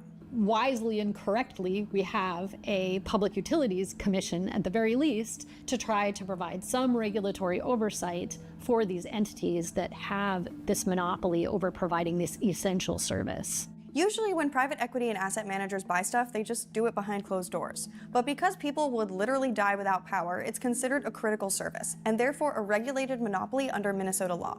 BlackRock doesn't necessarily have the same amount of reporting responsibilities as a publicly traded corporation. We've had a lack of transparency already regarding our rates and the quality of services in our community in Superior. That ability to access that data would be decreased by the purchase, which would be a huge problem. The community has made it clear that they oppose the deal, and a judge has already recommended against it. But it doesn't end there. The final approval is going to come from the Public Utility Commission, a board made up of just 5 people appointed by the governor. This could have huge implications for anyone who uses basic utilities like electricity or water, i.e. the things that keep us from freezing to death in the woods. Because if they realize it's profitable, nothing will stop them. I didn't want to just sit around at my desk, so I came out here to Duluth to talk to some community members and leaders and hear what they had to say about the buyout. I went on a hike with longtime Minnesota Power employee and customer Bob Tammet. I should have asked if you want a walking stick. I got an extra walking stick. At your age, you don't need a walking stick. So I helped install the power lines that haul electricity from this powerhouse to my kitchen. This dam, the land we're standing on right here, it'll all go to the control of BlackRock. Bob took us on a hike in the Boundary Waters to see some of the infrastructure that would be sold. He's been canoeing out here for decades. But power plants, lines, and dams aren't all that GIP and by extension BlackRock would get in the deal. What concerns me about BlackRock purchasing Minnesota Power is that Minnesota Power owns a large amount of land where we're parked right now. They own a lot of real estate. Some of that real estate has minerals. So if BlackRock acquires ownership of those minerals, will they develop those minerals for the long-term benefit of northern Minnesota, or will they develop those minerals for the short-term profit of BlackRock? Back in Duluth, people were pretty concerned about their communities and bills. We depend on Minnesota Power for our regional economy, for our heat, for our transportation, and indeed for our clean water. We need this company to continue to make long-term investments in our community, but that's not what this acquisition is about. This acquisition is about maximizing short-term profit. There's a whole host of decisions that they're going to be making, and those decisions will no longer necessarily be just motivated by the board of directors working on behalf of the shareholders for Minnesota Power, a broad portfolio of people. It will just be these two private equity companies. If the Minnesota PUC does a good job and is able to hold down rate increases, the only outcome that I can imagine is that these two owners will say, well, we're not making as much money as we thought we were going to make from this thing, and they're going to sell it. And then who do they sell it to? And this kind of thing has happened before in the Upper Peninsula of Michigan with a power company called UPCO. This is Alyssa Jean Schaefer, the Director of Climate and Energy at the Private Equity Stakeholder Project. If we look at northern Michigan, there's a utility called the Upper Peninsula Power Company, or UPCO. This was acquired by a private equity firm in 2014. UPCO customers have seen a spike in their rates many say they can't afford. After the private equity firm took it over, shortly thereafter, they raised the bills. A couple of years later, bills went up again. Then that private equity firm sold it to a different private equity firm. Once the new private equity owners were in control, they raised bills again. Since 2014, UPCO, being owned by private equity, has seen 4 bill hikes. There's nothing stopping BlackRock from doing the same thing in Minnesota, and in addition to bill hikes, it could even trample existing laws. Well, today, Governor Walz signed a bill that requires utility companies provide 100% carbon-free electricity by 2040. But after the deal goes through, we don't know if BlackRock will follow those laws. Their size and capital imbue them with the power to basically ignore this kind of thing. To them, the fees are chump change, and who do you think is more powerful, the Minnesota State Legislature or BlackRock? There's no requirement that they pursue this clean energy vision. We're going into this sale on promises. But remember, BlackRock isn't directly purchasing Minnesota Power. Global Infrastructure Partners is purchasing its parent company, Elite, which also owns Superior Water, Light, and Power just over the border in Wisconsin. So we've been looking at double-digit rate increases every 2 years, and our rates are already some of the highest in the entire state, and that's not a coincidence. So let's zoom out for a minute. If you saw my last video about BlackRock, you know that they don't really own everything, they just have a small percentage of ownership in everything, specifically publicly listed companies that you could buy shares of too. But this buyout shows a general shift in strategy. They're looking to fully own or majority own entire infrastructure systems by taking those companies off the public stock market altogether. And while BlackRock's just been dipping their toes into real assets and it's still a relatively small slice of their giant portfolio, there have been some big players in this game for a while now.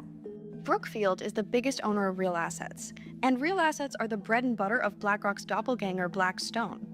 Even though Blackstone is overall smaller, they're actually much more efficient at generating returns for their investors. So of course BlackRock is now looking for their piece of the pie. Here are the totally not frightening categories of things these asset managers are trying to get as much control of and profit out of as possible: water, farmland, housing, transportation, schools and hospitals, and energy and telecommunications, including data centers. So that makes the list really all the things I, for one, wouldn't last very long without. I don't know about you, but I personally love food, housing, electricity, and water, and want affordable access to it. Check out this house. It has lines bringing in electricity and phone and internet. It has pipes bringing water in and out, roads bring in food, and tenants pay rent. BlackRock wants a cut of all of those things. In addition to potentially raising customers' bills, they might be looking for ways to cut costs. This could look like reduction in the job force. It could look at like reduction in operation and maintenance. If you don't have enough people to do a job, you're going to get people hurt. And the Minnesota Power case is just one point on the map.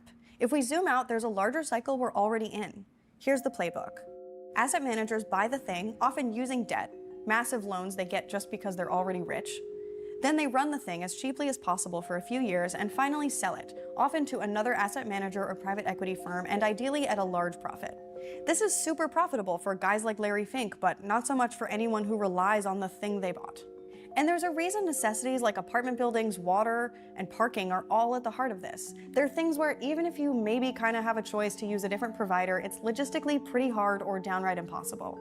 For BlackRock, that's basically free money. Utilities in regulated states such as Minnesota have a captive rate base. They have captive customers. Having a group of customers that have nowhere else to turn for access to electricity, that is a very attractive financial proposition. So how exactly do these deals work? They bank on you not understanding, so let's try to understand. Usually they'll set up an investment fund and give it a snazzy name like BlackRock Global Infrastructure Fund 4. And then they'll get a bunch of big companies to sign on to invest with them. The asset manager itself will invest a little bit too, just to show everyone else they have some skin in the game, but usually only between 1% and 5%. And then the investment fund, this thing they just made up like a group project for supervillains, goes and buys the thing. Investing is always about risk, but BlackRock's risk to itself is minimized because when they take out loans, they borrow against the company they're buying, not themselves.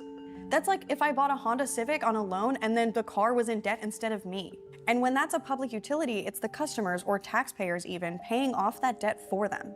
This means you're not just paying for power or water or whatever, you're also paying off an asset manager's loan from a bank, which, if they default on, will sink the company they're buying, but not the asset manager that took out the loan in the first place. Isn't it so cool how if you or I default on our student loans or medical debt, it can ruin our lives, but if Bestie Larry, I don't know, flubs an airport and can't pay back $700 million, the captain just gets to walk away from the ship? Love that for us. Ah! Now apply this to housing and roads and tolls and everything. When this happens on a huge scale, what that means is that none of these companies exist to serve customers. They exist to maintain stuff that asset managers then own and rent back to us. And often, all these resources are intertwined. One reason BlackRock wants more control over energy is something we've all been hearing a lot about lately. America's favorite rainbow copyright infringement machine. We're in the midst of an arms race for who can own the most data center infrastructure, and never put it past BlackRock to try to get their pound of flesh. And if this isn't already a problem in your area, buckle up. It appears that BlackRock is moving very aggressively to insert themselves at just about every angle of the supply chain when it comes to AI and data centers. And that includes everything from the data center development itself to the computer software, computer hardware, and now with this move into local utility companies, possibly even the power company that would be powering those data centers. You don't need to take Alyssa Jean's word for it. Here's BlackRock's own Larry Fink. We need energy, but we also need the last mile. We need a power line that goes from the energy source to the energy user. There's only so much BlackRock can do about that. This is really important to unlock. And if we can't unlock that, we're not going to grow. If we're not going to unlock this, it's going to be harder and harder to build out these AI data centers. It just creates a lot more burden on our state. Are we going to have the fight at the state level to try to take on these private equity trillion-dollar investors who own more than the state of Minnesota? So to come back to the literally eternal question, does BlackRock own your life? Kinda. They certainly want to. And this mode of ownership provides them way more direct control and profit than stock portfolios do. It also gives them a much more direct relationship with you and your bank account. Just because your bill doesn't say BlackRock Power doesn't mean they don't get your money. The Public Works Committee over there has approved a contract to work with a consultant to help us look at the feasibility of purchasing our utility assets from Superior Water, Light, and Power.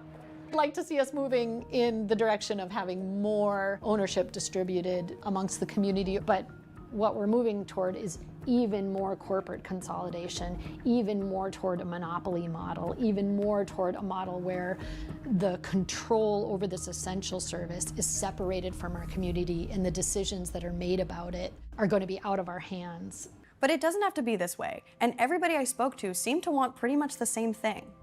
In Wisconsin, they're even trying to buy their power company back to get out of this BlackRock situation and so that they won't have to go through this kind of thing again. We should remember that even though we might live a long ways apart. We're all neighbors. Our grid is all connected together. We have a little powerhouse here. It's connected into the grid that goes all over the United States. And generally, if people are good neighbors, everybody is careful that they don't take more power than the grid can handle. The system works. I think we should all be good neighbors. We should have local control, local communication, and be neighbors on a national level. The final hearing for the buyout is on September 25th, and the actual decision is set to be made on October 3rd. So if you live in Minnesota or Wisconsin, now's a great time to talk to your representatives and go to those meetings. Thank you to the advocacy groups working on this issue, CURE, Sierra Club, Private Equity Stakeholder Project, and the Citizens Utility Board. And thank you for watching. And don't forget to like, subscribe, and send us your story ideas at stories@perfectunion.us.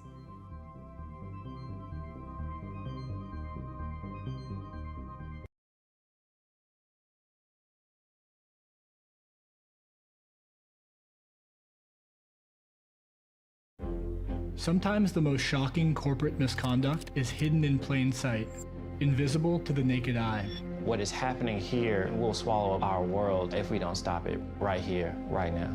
Looking back, there was an early clue that the world's richest man was up to something here. It's just like, why is Elon Musk coming to Memphis? The people of Memphis soon found out.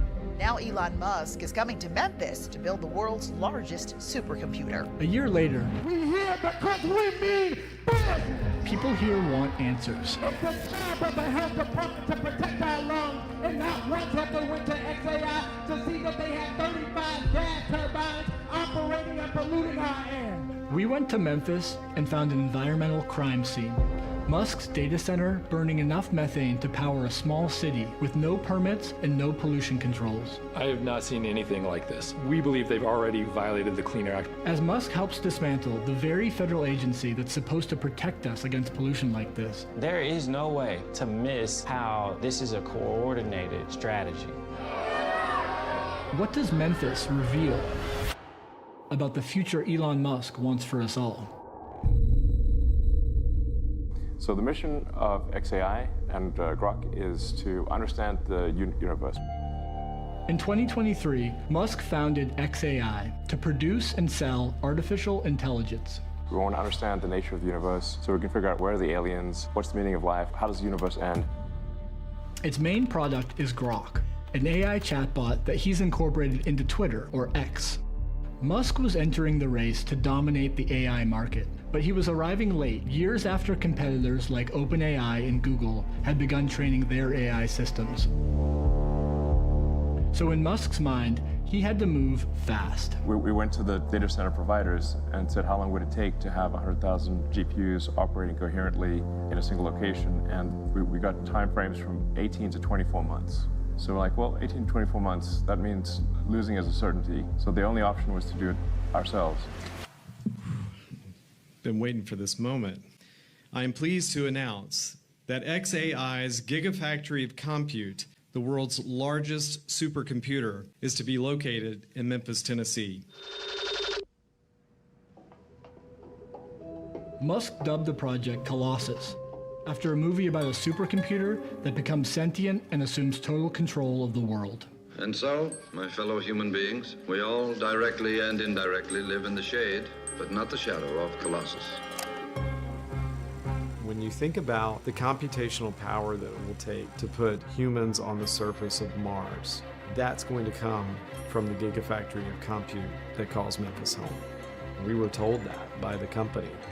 And so it required speed and power. It's announced as a done deal. Keyshawn Pearson grew up in South Memphis. A billionaire and his organization is coming to our city, and we're just finding out after the land has been purchased, after the project has been approved by certain officials, right, who did know. This is huge. This puts the word out there that Memphis understands operating at the speed of business. As a community, we're trying to reach out to people and understand what is XAI. He built it without us even knowing that it was being built. We had to watch this over X or Twitter. Brent Mayo, Elon Musk would tweet often about where they were in the progress, how fast things were moving. To train an AI system, a data center requires an enormous amount of electricity. The question was, Where would the power come from? Most companies, when they come to the city of Memphis, they plug into our power grid. That's what you think would happen. Why would this be any different? Unfortunately, we learned because it is a billionaire's corporation, it would be a lot different. XAI made a deal with the local electric company for 150 megawatts of power and agreed to build a new substation to help meet that demand. But Musk's ambitious plans suggested he would need much more power than that, and fast. Soon, people started to notice some unusual structures outside the facility. I drove out there, and the first thing I did was hear the turbines. You can smell it as well. Such a disturbingly unique smell. From the road, Keyshawn and others could see a row of machines that are typically only used for remote or emergency operations. Mobile gas turbines. I have never seen portable turbines used like this. Patrick Anderson works on air quality cases for the Southern Environmental Law Center. We know that these kinds of generators require air permits. And so right off the bat, we started filing records requests with the local Shelby County Health Department. Do you have an air permit application from XAI? And they came back and basically said, no, we have nothing to hand over. We also filed records requests with EPA to see what they had. They also did not have details on what is on the ground out there. Nobody from the regulatory side, the health department, the city, EPA, has told the public or us really one iota of what's actually operating out there. To figure that out, Patrick and his team hired a photographer to capture the data center from above. The images revealed far more turbines than anyone knew about. 35. I couldn't believe it. I was absolutely stunned. How do we not know about this? According to XAI leadership, the turbines are not being used and are not connected. Under pressure, XAI claimed it was using less than half of those turbines. I've talked to the XAI leadership team. There are 35, but there are only 15 that are on. The other ones are stored on the site. Well, first off, these are expensive. There's a turbine shortage nationally. You don't obtain these turbines and put them on site if you're not intending to operate them. So Patrick and his team sent the photographer back out with a high-end thermal camera. What we saw is 33 of the 35 were very clearly operating. The turbines were capable of generating about 420 megawatts of electricity, enough to power around 300,000 homes. They've built a power plant out there. And they've done it overnight, no air pollution controls, quick and dirty, no permit. I mean, what you've done with the cluster in Memphis is incredible. Just in a handful of weeks. Any given thing can be sped up. Yeah. Like whatever speed is being done, it can be done faster. This is the largest AI cluster in the world. This place is absolutely amazing. That is like superhuman. I mean, Elon is singular. Building a massive factory in the short time that was done, there's only one person in the world who could do that. And this entire supercomputer is built to power rocks. We were given a tour at XAI, looking at the facility. Very impressive, very exciting for Memphis. Their commitment to the community is remarkable. It's unique in my experience. Joseph Goffman has worked on air pollution issues for decades. Until January, he ran the EPA office that regulates air quality. Most companies that I've dealt with go to great lengths and spend a lot of money to make sure that the day they turn on their operations, they're also turning on their pollution control equipment. That's a given. For a company to do this, it's treating the people who live there as if they don't count. I like to open my windows early in the morning to breathe the fresh air, God's given air, not the air that man want to give us, but God. Easter Knox lives just over a mile from XAI. I really wasn't getting the fresh air. I was getting that pollution that was mixed in with everything. You know how you light your stove and that gas seeps with the little ticking noise? That's what it smells like. Alexis Humphreys grew up here, one street away from Easter. When I smelled it the first time, I was asleep. And it woke me up because I thought gas was seeping in the house, but come to find out, we come outside and all the neighbors was outside trying to figure out what's going on. He was an ordinary dad, full of joy, full of jokes. Last year, Alexis lost her grandfather, who struggled with a respiratory illness called chronic obstructive pulmonary disease, or COPD. COPD is a breathing condition, but you don't get it unless you smoke cigarettes. And my granddad didn't smoke cigarettes, but every 3 weeks or so, my granddad was going to the hospital. He would have to get breathing treatments. I have asthma, bronchitis. My mom have just bronchitis, and now my granny has it. You can't hardly breathe. It's just like your whole world is collapsing down on you, and it's frightening. Easter and her husband have also developed COPD. What does it feel like? Feel like you're fixing to die. The area around XAI leads the state in emergency department visits for asthma. Memphis has one of the highest rates of toxic air releases of any American city, and many of its most polluting facilities are in this neighborhood. Elon, what he did with Memphis is objectively somewhat dirty, but he's also doing it in an area where there's like a bigger natural gas plant right next door and like a wastewater treatment and a garbage dump nearby, right? And he's obviously made the world a lot more clean than that one data center. In just 1 year, XAI has blown past existing polluters. They're emitting somewhere between 1,000 and 2,000 tons of NOx. I'm an air pollution guy, so I deal in those numbers all the time, and that's larger than anything else in Memphis. Gas turbines like these release 3 main types of deadly pollution: nitrogen oxides, formaldehyde, and fine particulate matter. Nitrogen oxides combine with other pollutants to form ground-level ozone, which causes and worsens asthma and COPD. Formaldehyde causes cancer, and particulate matter, airborne soot, can pass through your lungs and into your bloodstream, causing heart disease. We've shown up today because we've been to too many funerals. We've shown up today because we've cried too many tears. We've shown up here today because we're tired. And we have an expectation of the people that we elect and put into place. We expect them to do what is in our best interest. Not of Elon Musk, and what we're saying is that stops now.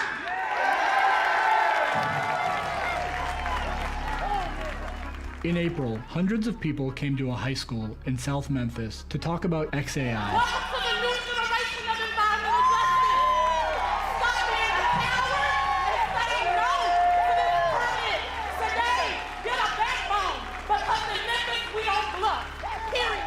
In January, the company belatedly applied for a permit to operate 15 of its turbines for 5 years.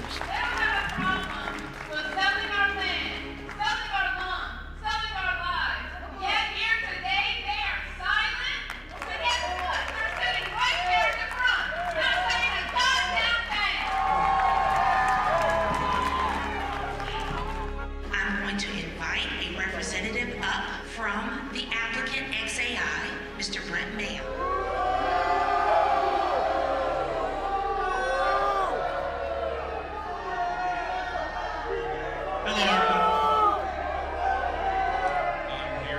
That's the first time that XAI has publicly addressed the community in any way. Understand? People did not want to hear the statement, but again, XAI is committed to meeting the highest standard for emissions. XAI is going above and beyond the required emission control required. And to that, thank you very much for your time. He immediately left after reading his script. It's extremely disrespectful. It's time to start telling the truth. The truth is that XAI, who just ran up out of here, they have no controls that prevent air pollution or decrease air pollution in their factories. None. That's the truth.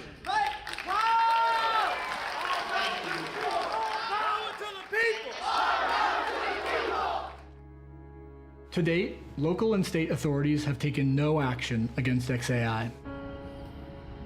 Running turbines without permits or pollution controls is also a violation of the Clean Air Act, which it's the EPA's job to enforce. But to date, the EPA has done nothing, and Elon Musk is doing what he can to keep it that way.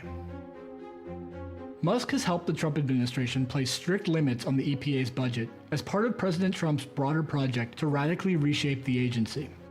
Trump's EPA has begun what it calls the biggest deregulatory action in U.S. history. To fulfill President Trump's promise to unleash American energy and give power back to the states. It eliminated the EPA's office that assists heavily polluted communities like South Memphis and cancel billions of dollars of funding for addressing pollution. So you've slashed already $22 billion in grants, but you used Doge, if I'm not mistaken, to take down your head count? It's been great. The people working on the Doge mission are EPA employees. What they provide to me are recommendations. I have found that working with Elon and Doge has been fantastic, a big help to our efforts.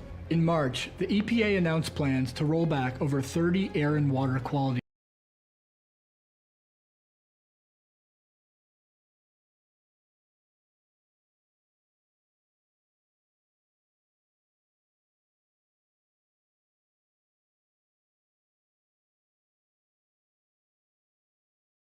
I got.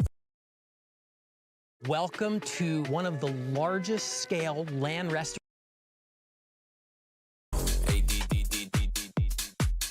I got ADD, PhD in finessery. ABC, she want my D. Hold up, boys, let's start the beat. I say tomato, you say tomato. Let's go surfing, eat avocado. Downtown ATA with lotto. I like party, Playboy grotto. Focus. Sandy on my dick. She call me Patrick. Tiffany on my whip. This ain't no plastic. Angelina licking on my Brad Pitt. I just hit a hat trick. Bitch. Little bitch. I got. I got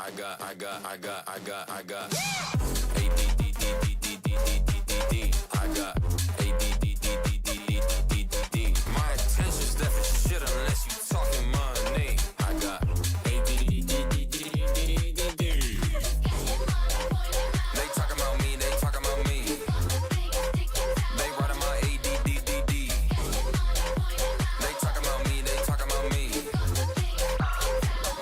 Well, that's me, bitch. Shooty brand new diamonds on my wrist. I'm gon' get mine. Sorry, bro, my thumbs up in your chick. I had to hitchhike. Mr. Steal your girl when I clock in baby's part-time. A Sophie Rain, she's dancing to my shit. That's a landmine. What are we doing again? I got ADDD. I got ADDD. My attention's deficit unless you talking money. I got ADDD. They talking about me. They writing my ADDD. They talking about me. Well, that's me, bitch.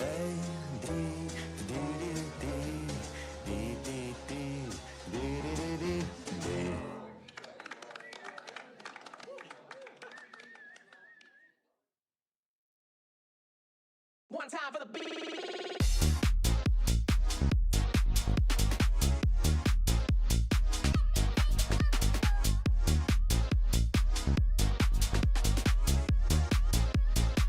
One time for the beat, keep rocking.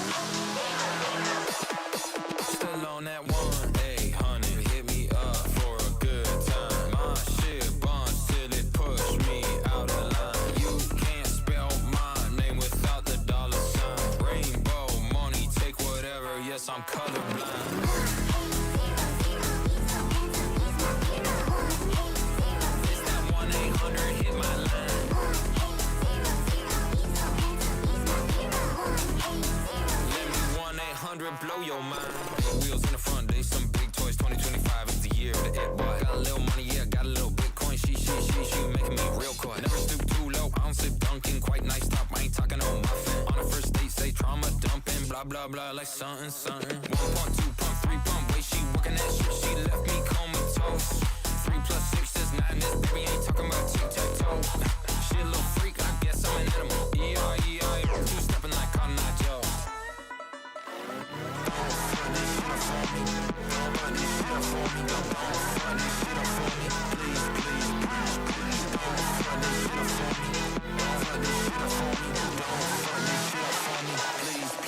Still on that 1-800, hit me up for a good time. My shit bonds till it push me out of line. You can't spell my name without the dollar sign. Rainbow money, take whatever, yes, I'm colorblind.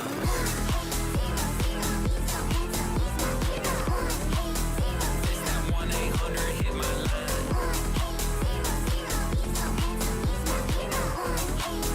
Let me 1-800 blow your mind.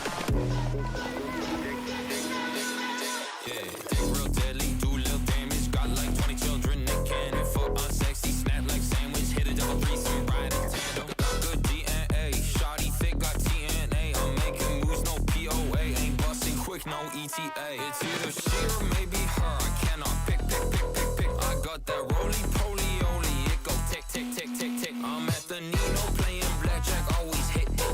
If baby's broke, he's only doing it for that bit.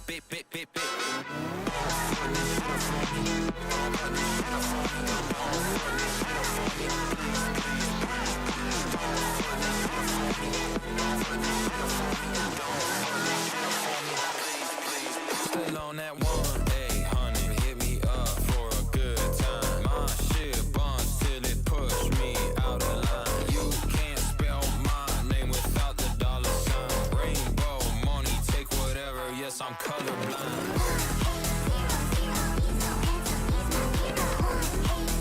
It's that 1-800, hit my line.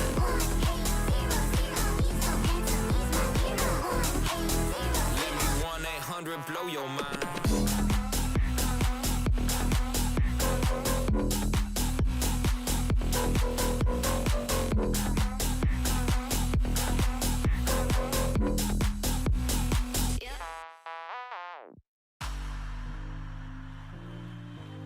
Aw, and I'm so grateful for it. I love you guys so much. I need to get more soil too.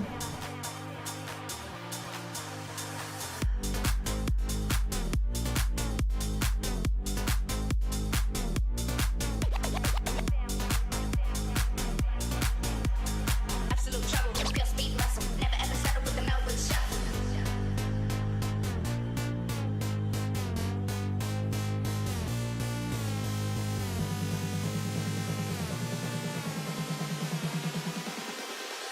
Hit you with the Melbourne shuffle.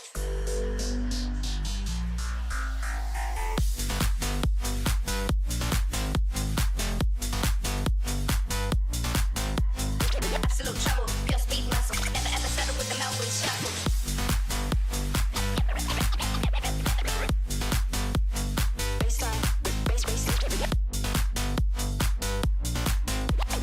Absolute trouble, pure speed muscle. Never ever settle with the Melbourne shuffle.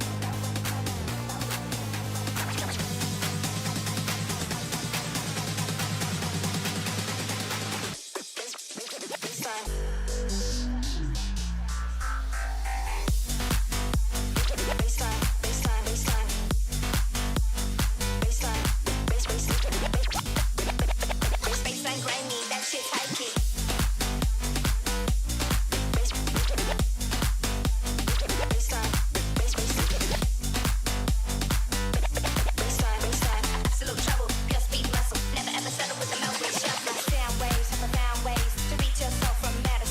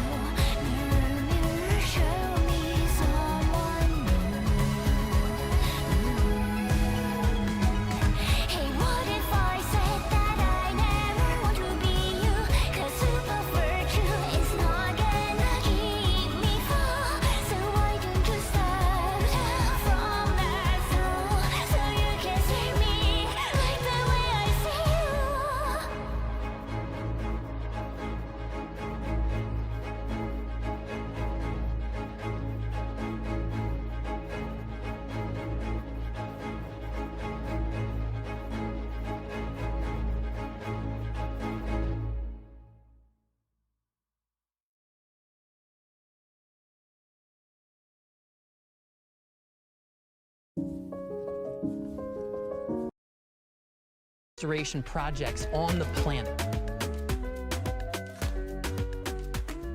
Before this work, people relied on food aid just to survive. But 10 years ago, a vast barren wasteland began to transform, and now 500,000 people are feeding themselves from this land. So could this work be the key to ending hunger in Africa and beyond?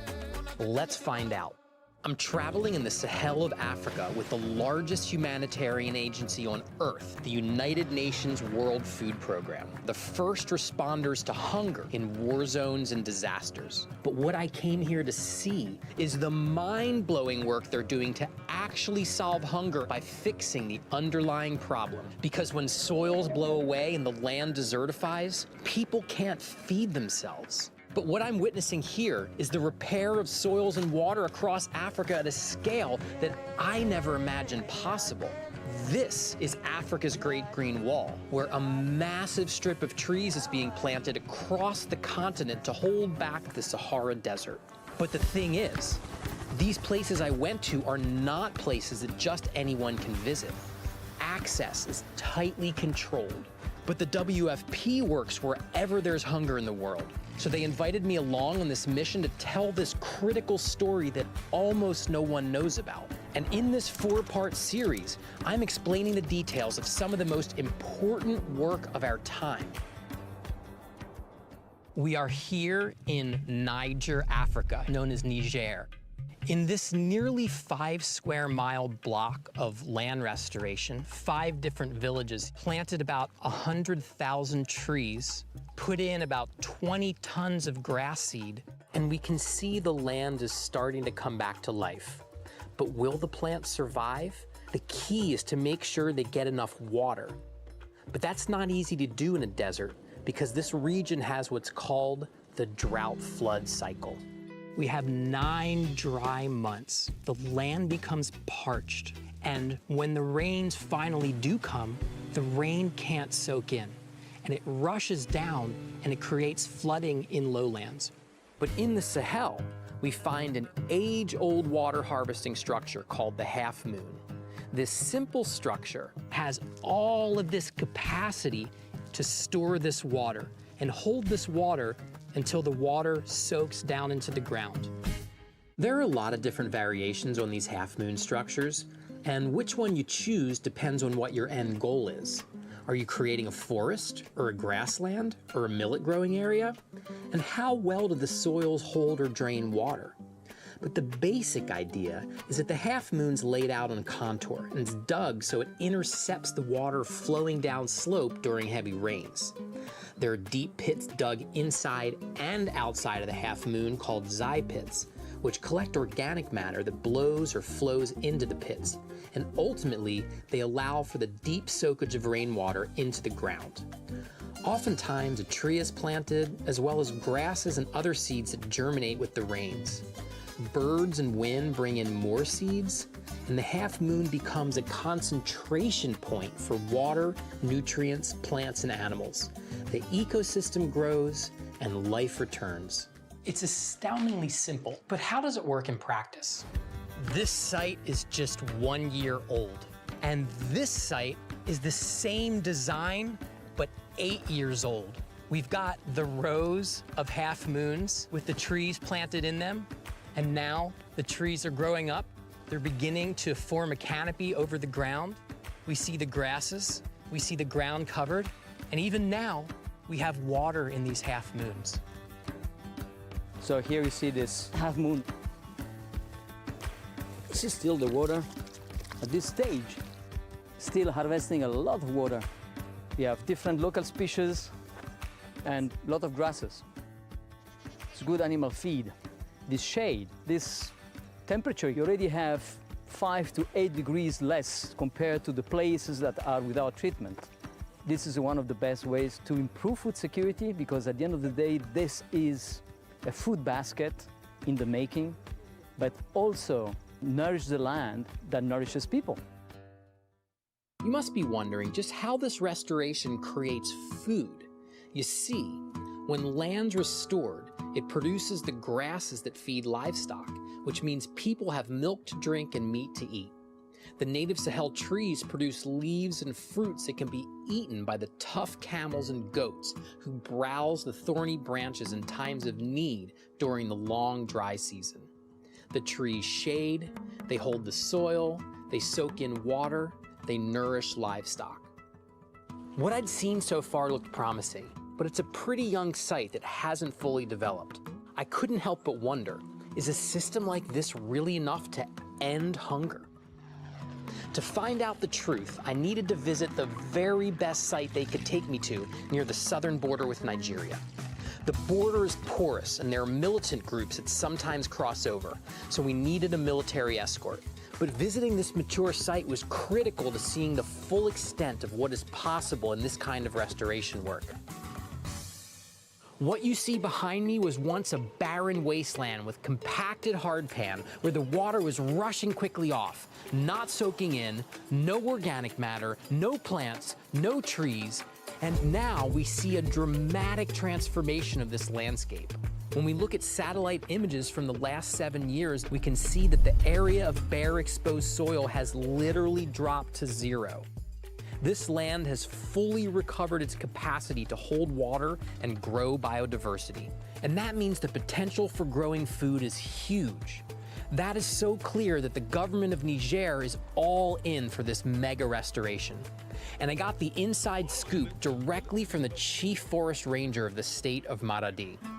He took me on a thorough tour of the site and pointed out all kinds of fascinating details, including some pretty remarkable ripple effects of the restoration work on the greater region. Donc, et vous voyez, le niveau de régénération contribue vraiment à la concrétisation de la Grande Muraille Verte au Niger.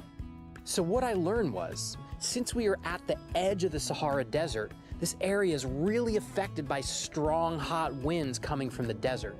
This can really dry out the landscape. But this site's continuous tree canopy actually breaks the force of those drying winds. The point is to actually block the expansion of the desert. Niger is one of the hottest countries on the planet.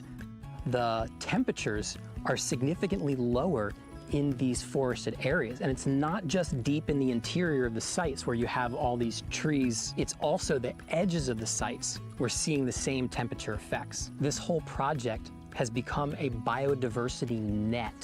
All sorts of seeds are blowing in, birds are attracted, they're bringing other seeds. Right now we're here in the 3-month wet season. It looks lush and green. You can see all of this fodder. You can imagine the animals becoming fat. But the critical function of this system is really in the dry season. 9 months of the year, this is dry, when there's just not a lot out there.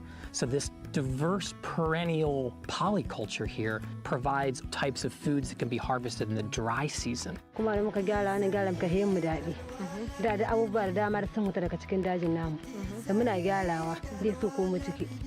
are different yields that grow here even during the dry season. They're harvesting plants for culinary purposes, for medicinal purposes. We think of the Great Green Wall as stopping the expansion of the Sahara Desert, but it's actually so much more than that. The Great Green Wall is actually rebuilding the ecological matrix of a region. And when we start to see the effects at scale, like this large site and the 528 other Great Green Wall sites in Niger, we actually see the restoration of the ecological fabric of this region.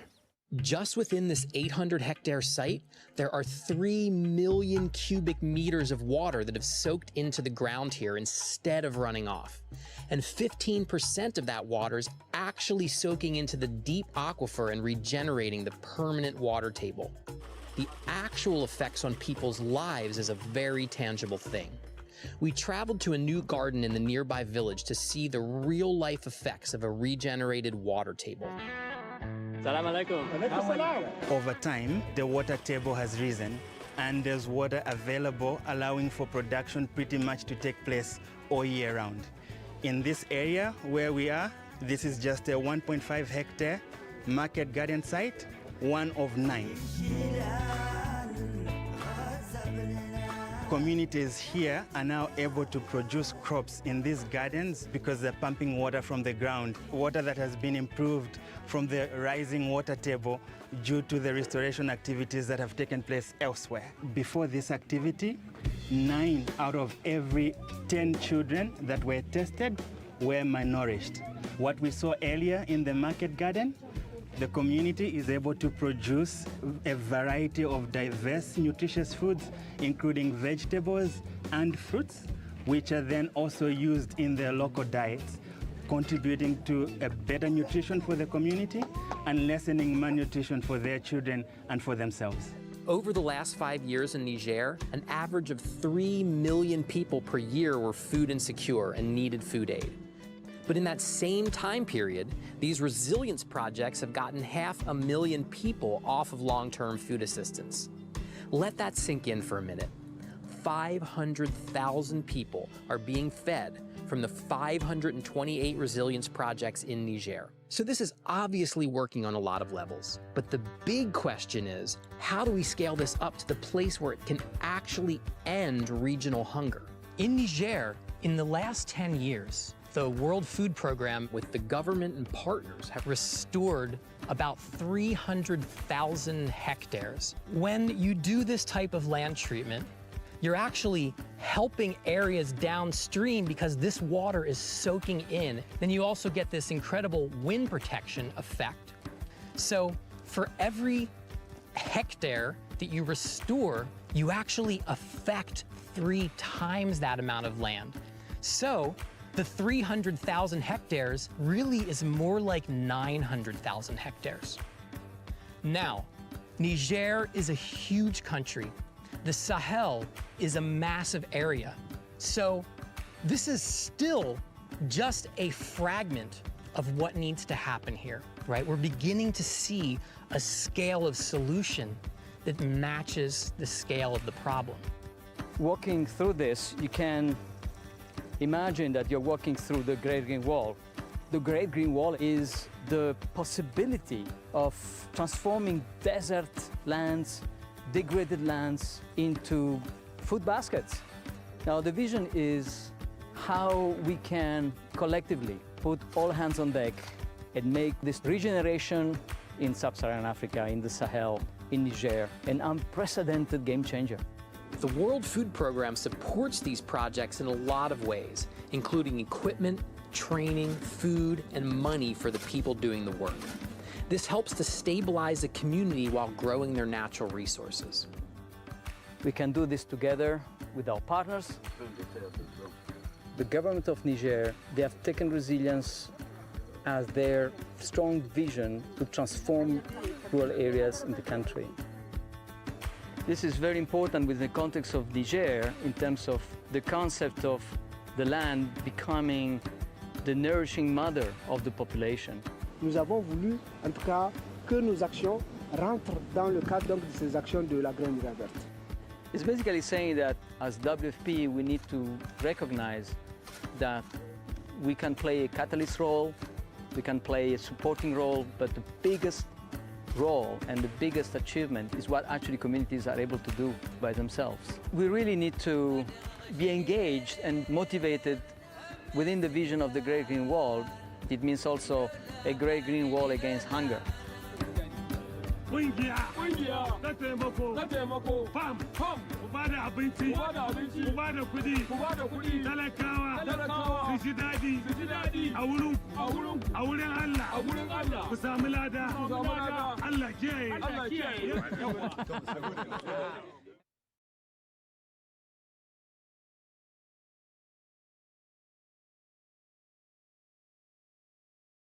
So, good luck and happy wastewater harvesting.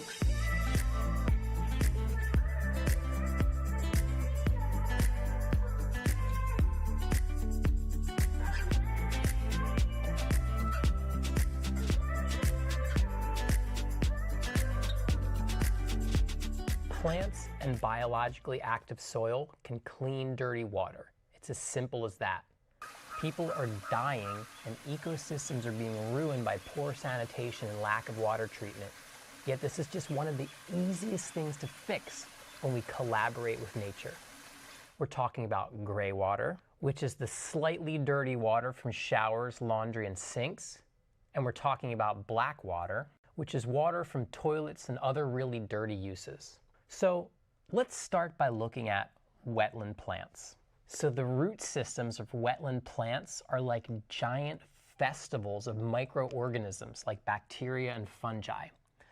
This massive microorganism party can actually biodegrade most minor pollutants, breaking them down into harmless elements. The microorganisms are partying on the roots, and the roots form this mat that becomes a living filter, trapping sediment and supplying food and drink for the festival of life. So in addition to this root filter, some wetland plants can actually absorb heavy metals from the water up into their tissues. So the goal of any wetland water treatment system is to create the maximum amount of contact between the dirty water and the roots of a diversity of plant species. So the very simplest version of how this concept is used in wastewater treatment is the constructed wetlands. So in this example, wastewater flows into this gravel-filled basin that's planted with wetland plant species and is lined on the bottom with either plastic or cement or some other material so the water doesn't seep into the ground, but it stays in this container here. So the water flows underneath the gravel level, so dirty water is never exposed to the air. Now you can also place some sort of baffles in the system, so the water is forced to move up and down through the system, ensuring maximum contact with the plant roots. And then at the end of the system, much cleaner water emerges after its time flowing through this big plant filter. So it's super basic, just a liner, gravel, pipes, and plants. And it's all about maximizing the contact between the water and the plant roots to get the effect of this awesome party that goes on with the microorganisms on the plant roots. Now, another really cool system is known as a living machine or an eco machine, which is used to treat black water. In this version of wetland water treatment, the water flows through a series of tanks. So for black water, it would start in a septic tank to settle out the solids. Now, this is an opportunity to collect biogas to fuel your kitchen as well. But then, from here, the water would go into another anaerobic tank, meaning a tank with no oxygen, which helps to further digest the sludge material.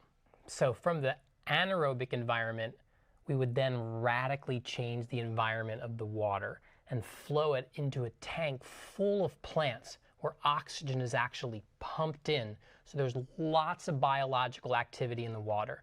And the water would get to filter through all of those awesome plant roots like we were talking about here with the party. So the water flows into the bottom and then out the top of each successive tank where oxygen is pumped in and where all sorts of aquatic plants and animals live. So essentially, the water is being forced through a super biologically active filter and is cleaned along the way. Now, the size of the system depends on how much water is being treated and how many days of treatment it needs to clean the water. So if each of these tanks equals the quantity of water that goes into the system each day, then the day would receive 1, 2, 3, 4, 5 days of treatment as the water moves through the entire system from beginning to end. So it's really this simple. Biological activity breaks down wastes and absorbs excess nutrients. There are many, many different configurations of these types of systems, so please see the resources provided in the video description down below for lots more. Here's some footage of a gorgeous living wastewater treatment wetland I visited in India.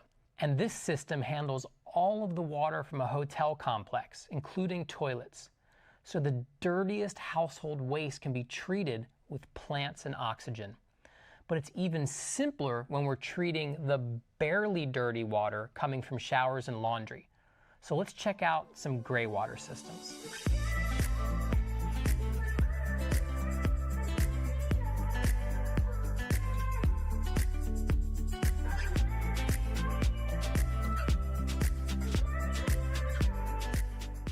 So all we need to treat most gray water is for the water to contact biologically active soil. Now, the cleanest and most diluted gray water in our homes with the highest volume typically comes from the shower, bath, and laundry.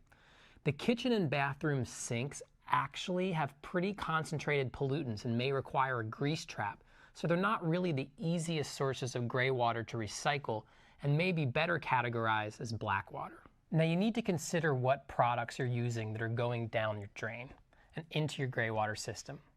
There are biodegradable cleaning products and bath products. And there are also biocompatible products. This means that there are products that will break down, biodegradable, but aren't necessarily good for plant growth, like those containing a lot of sodium, which is salt. Now, biocompatible products actually break down into elements that are beneficial for plant growth. Check the video description for a link to a suggested brand. Here's my laundry system, thriving with luscious plants, and you can see on the back of my laundry detergent, it specifies that it's gray water safe. There are so many different variations on gray water systems, but my very favorite is the branch drain gray water system that was created by a guy named Art Ludwig, and check the description below for a link. Now, the gray water is split from its source into various outlet points, and each outlet pipe flows into a bucket with the bottom cut out and holes drilled into it. So the bucket is surrounded by wood chips or other coarse mulch and has a tile on top. So all this is happening underground.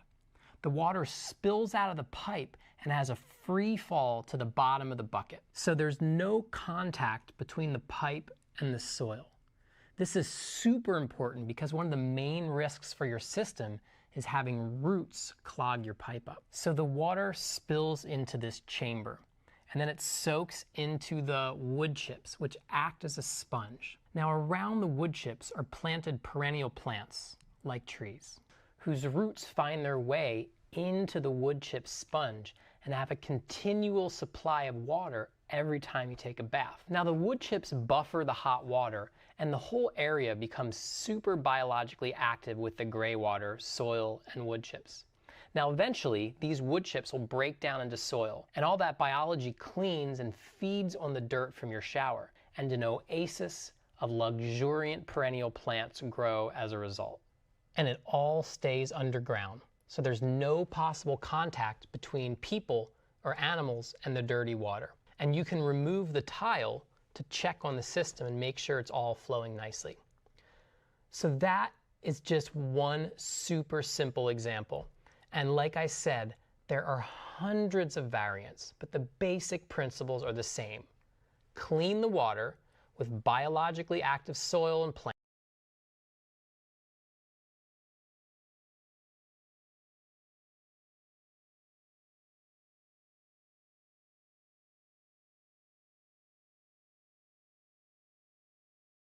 Think you know Jupiter?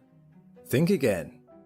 For decades, scientists argued over what the core of our biggest gas giant was like. Was it solid or missing altogether? Then, in 2017, NASA's Juno mission made that debate irrelevant overnight. The data from Juno suggested both sides were wrong, and revealed a third option no one expected. Jupiter's core isn't solid, but it isn't absent either. It's fuzzy. And that's a problem, because it upends everything we thought we knew about Jupiter's formation, its interior, and even its bizarre magnetic field. I'm Alex McColgan, and you're watching Astrum. Join me today as we uncover exactly what Juno found, explore how a fuzzy core could form in the first place, and reveal why this changes how we think not just about Jupiter, but gas giant planets everywhere.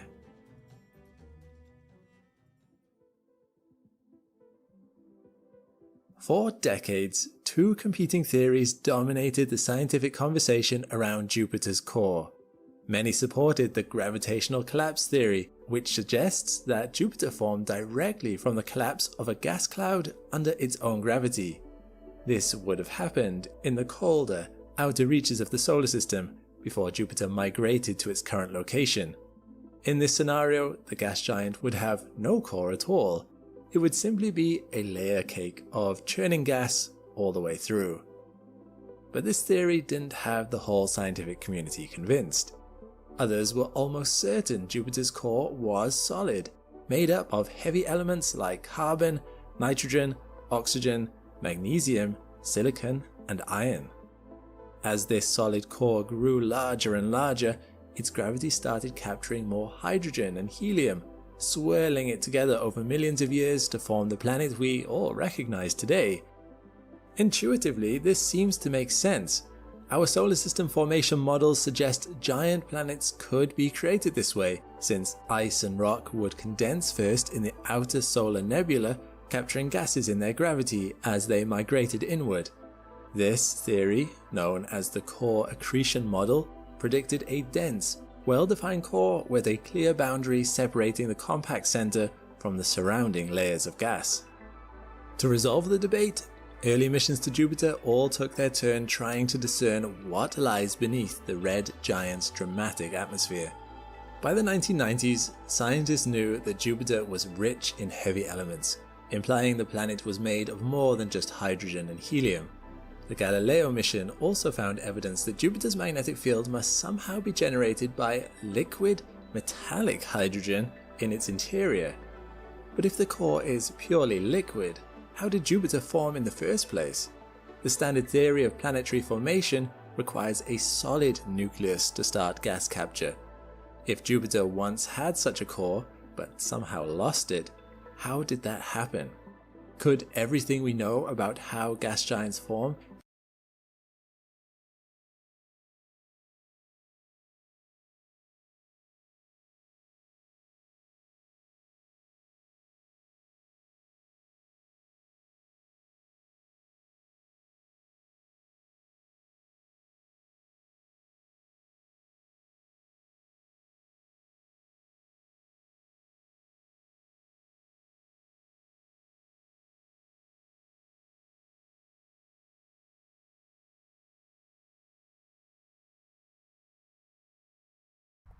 This right here is a tesseract, which is a 4-dimensional cube, except this is actually not a tesseract, but instead a representation of a tesseract in 3-dimensional space. And it looks a little bit confusing, but by the end of this video, I promise you'll understand what this shape is, how 4D space and 4D objects work, how 4D space impacts you all of the time, and why you should care. We often think topics like this aren't really relevant to our day-to-day life, but learning about this subject specifically can change your opinion on your life, the universe, and maybe even your spirituality. So even if you aren't a mathematically minded person, you should still definitely be able to get something out of this, and there won't be any math in this video, just explanations. So because I'm trying to explain a subject that's really complicated in a way that the average person will understand, I'm going to be making a lot of simplifications and making some compromises in this video. So if this topic interests you, then you should definitely do some research on it because it's super interesting. And in this video, I'm really only going to be giving you a baseline of how 4D space works. And this is one of those topics that you kind of have to keep coming back to over time. So it's okay if things don't make sense on the first watch. You should still be able to get something out of this video by the end of it. So first of all, what actually is 4D space? So the first thing to understand about 4D space and 4D objects is that it is literally impossible to comprehend with the human brain. And the reason for this is because we live in a 3-dimensional universe. So we're bound to these 3 dimensions. And I'll talk a little bit more later about specifically why that is. But for now, all you need to know is you can't actually truly see a 4D object. However, you can understand how 4D objects and 4D space behave. And the best way to do that is by looking at lower dimensions. So first of all, what exactly is the definition of a dimension? So a dimension is just a measurable extent of some kind. So like width, length, and depth are the 3 that we use to describe a 3-dimensional universe. But for our purposes, you can just think about a dimension as an infinite line that a point or a particle can travel across.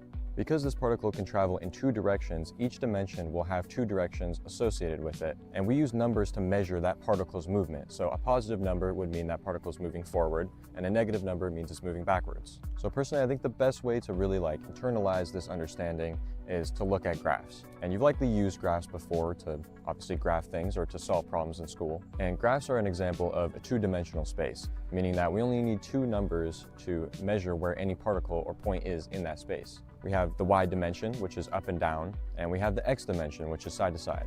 So for the y, a positive number is up, a negative number is down, and for the x, a positive number is forward and a negative number is backwards. So like I said, you only need two numbers to fully describe any particle's movement in a two-dimensional universe.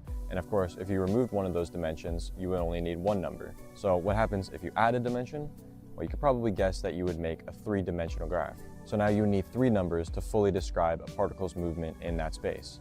So one thing that's really important to note here that can kind of get lost a little bit is that when we're adding a dimension, we're literally adding a direction to the space. Now, of course, because we're 3D beings, when we think about like a 2D graph, we think about a 2D graph in a 3D space.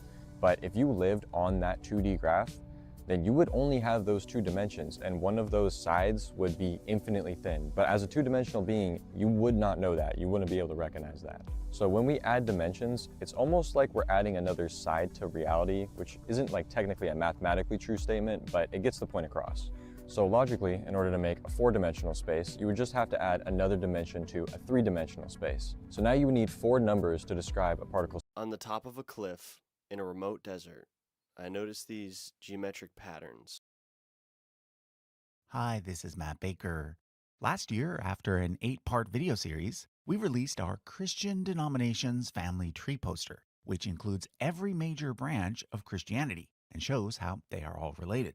Well, since then, I've been making similar videos for other religions, and today I'm happy to announce that I've finally combined all of these charts into yet another new poster, which I've titled The World Religions Family Tree. It includes a simplified version of the Christian Denominations tree, but more importantly, it also includes the trees I made for Judaism, Hinduism, Buddhism, and Islam. On top of this, I've also added several things that I've not yet talked about, such as Chinese religions, folk religions, and esoteric religions.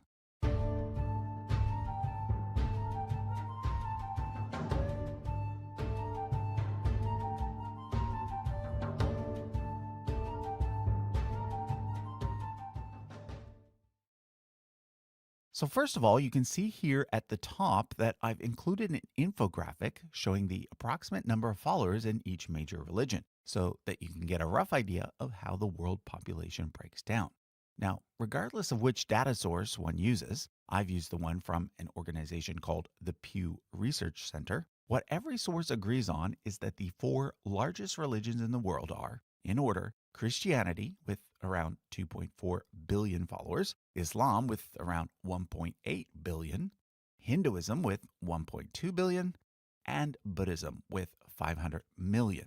So these are the undisputed big 4. However, within the field of religious studies, it is often said that there are 5 major world religions, with the 5th one being Judaism. But I want to make it clear that the number of people who follow Judaism is actually extremely small compared to the other 4, just 16 million. The only reason Judaism gets included as a major world religion is because of its age and because it is the parent religion to both Christianity and Islam. If we were simply going by size, the 5th largest religion in the world, and the only other one that stands out as being really big, would be Chinese folk religion, or as I've called it here, Chinese syncretism. Syncretism means a mixture of different religious ideas. And indeed, Chinese religion does stand out in that it's not really just one thing. I'd also like to point out that over here on the right, there's another infographic, this time a map showing the dominant religion in each country. Again, the big 4, Christianity, Islam, Hinduism, and Buddhism, really stand out, as does Chinese syncretism. All right, let's now start at the very top, where I have an image labeled Prehistoric Religions. This image is of Göbekli Tepe in what is today Turkey. Göbekli Tepe is the oldest human-made structure on Earth, and although we don't know all the details, it almost certainly served as some sort of religious site. Now, I'm not saying that all religions can be traced back to whatever was happening at Göbekli Tepe. I'm simply using it as an example of prehistoric religions in general. From there, I highlight 4 of the earliest religions to emerge during the historical era: ancient Egyptian polytheism, ancient Mesopotamian polytheism, Proto-Indo-European polytheism, and Indus Valley Civilization religion. Note that I didn't use the label polytheism for the last one because currently the Indus Valley script remains undeciphered, and therefore we don't actually know for sure whether their religion was polytheistic or not. I chose these 4 because they had a direct influence on the 2 oldest religions still in existence today, Judaism and Hinduism. Both the religion of ancient Egypt and the religion of ancient Mesopotamia had an influence on Israelite religion because ancient Israel happened to be located right in between these 2 centers of early civilization. And of course, it is from ancient Israelite religion that Judaism developed. Likewise, both Indo-European religion and Indus Valley Civilization religion had an influence on Vedic religion due to the fact that a subset of Indo-Europeans ended up migrating into India. Now, what's interesting is that a different subset of Indo-Europeans ended up in Persia, where the religion of Zoroastrianism developed, and several other subsets ended up in Europe, where the various forms of European paganism developed, such as Greek paganism, which in turn gave rise to Greek philosophy. Now, the reason why this is interesting is because both the Persians as well as the Greeks ended up ruling the Jews, and therefore both Zoroastrianism and Greek philosophy ended up influencing Judaism, which means that the world's 2 oldest religions, Judaism and Hinduism, are connected, at least remotely, via Proto-Indo-Europeans. Now, the first thing I want to do is remind you that I'm using the word denomination very loosely in these videos. You see, the word denomination really only works within a Christian context. So you have to understand that when I use it to talk about a non-Christian religion, like Judaism, Islam, or Hinduism, the analogy is not perfect. So basically, whenever I say denomination, know that I simply mean a branch or subgroup within a larger religion. Now, when it comes to Hinduism, even the word religion itself is problematic because it can definitely be argued that Hinduism is not actually a single religion, but rather a cluster of religions, grouped together simply because of their connection to India. In fact, Hindus themselves don't refer to Hinduism as a religion. They call it a dharma, which means something closer to a cosmic order or set of divine laws. This is why Hinduism is often categorized as one of the dharmic religions, together with Hinduism, Buddhism, Jainism, and Sikhism, all of which originated on the Indian subcontinent. Now, the one thing, and this is often the only thing, that most non-Hindus know about Hinduism is that it has a lot of gods. So another thing I want to clear up from the start is that this does not necessarily mean that all Hindus are polytheists, meaning people who worship many gods. In fact, a lot of Hindus are actually monotheists, meaning that they believe that all gods are aspects of one god. Others are something closer to henotheists, meaning that they have one god that they worship as a supreme god, but they also acknowledge the existence of lesser gods. To make things even more complicated, many Hindus are more accurately pantheists, meaning that they believe that God and the universe are one and the same. And then finally, there are also some Hindus who are actually atheists, meaning that they don't believe in gods at all, and instead approach Hinduism from a strictly philosophical perspective. However, with that said, I do want to introduce you to some of the main gods within Hinduism, because this will help you later when I discuss Hindu denominations. It is often said that modern Hinduism has 3 main gods. These are Brahma, Vishnu, and Shiva, often labeled as the creator, the preserver, and the destroyer, although not all Hindus view them this way. Sometimes these 3 gods are even referred to as the Hindu Trinity, although the more appropriate word is the Trimurti. Brahma should not be confused with Brahman. Brahman, with the N on the end, refers to the concept of an ultimate reality, which is equated with the totality of the universe. In contrast, Brahma is a distinct god, in fact, a male god, who is credited with having created the physical world and with being the father of many other gods. Strangely, though, Brahma is not a god who is regularly worshipped in India today, and in fact, there are very few temples that are dedicated to him specifically. The easiest way to recognize him is that he is usually depicted as having 4 heads. Vishnu and Shiva are much more popular. Vishnu is usually depicted with multiple arms, a blue complexion, and one hand holding a shell. You'll also usually see him sitting on a giant, multi-headed snake. And note that I said him. Vishnu, like all 3 of these main gods, is male. He's also well known for having been incarnated many times on Earth, his 2 most popular incarnations being Krishna and Rama. Shiva can be distinguished from Vishnu because he has a more wild appearance, matted hair, and clothes made from animal skin. Also, he's almost always carrying a trident. Now, each of the 3 main Hindu gods also has a female consort, or wife. Saraswati pairs with Brahma, Lakshmi pairs with Vishnu, and Parvati pairs with Shiva. If you see a goddess sitting on a white lotus flower playing a stringed instrument near a peacock, that's Saraswati. And if you see a goddess sitting on a red lotus near elephants with coins somehow being poured out, that's Lakshmi. Otherwise, it's probably Parvati, or one of Parvati's many alternative forms, such as Durga or Kali. Another popular god in Hinduism is Ganesh. He's easily recognizable because he's the one with the elephant head. He fits on the family tree as the son of Shiva and Parvati. Finally, let me introduce the Hindu gods for the sun and the moon, Surya and Chandra. Now you know why the Indian space missions to the moon are called Chandrayaan, Yan meaning vehicle. There are, of course, many more Hindu gods beyond these ones, but I'm going to stop there for now. Next, I want to introduce you to the main Hindu scriptures, or holy writings. Yo, what up, Unlike Ed? Christians How who you have the doing? Bible Hi, and CSS. Muslims who have the Quran, there is no single book within Hinduism that is directly comparable to these 2. Just like Hinduism has many gods, it also has many scriptures. These are divided into 2 categories: Shruti, meaning that which is heard, and Smriti, meaning that which is remembered.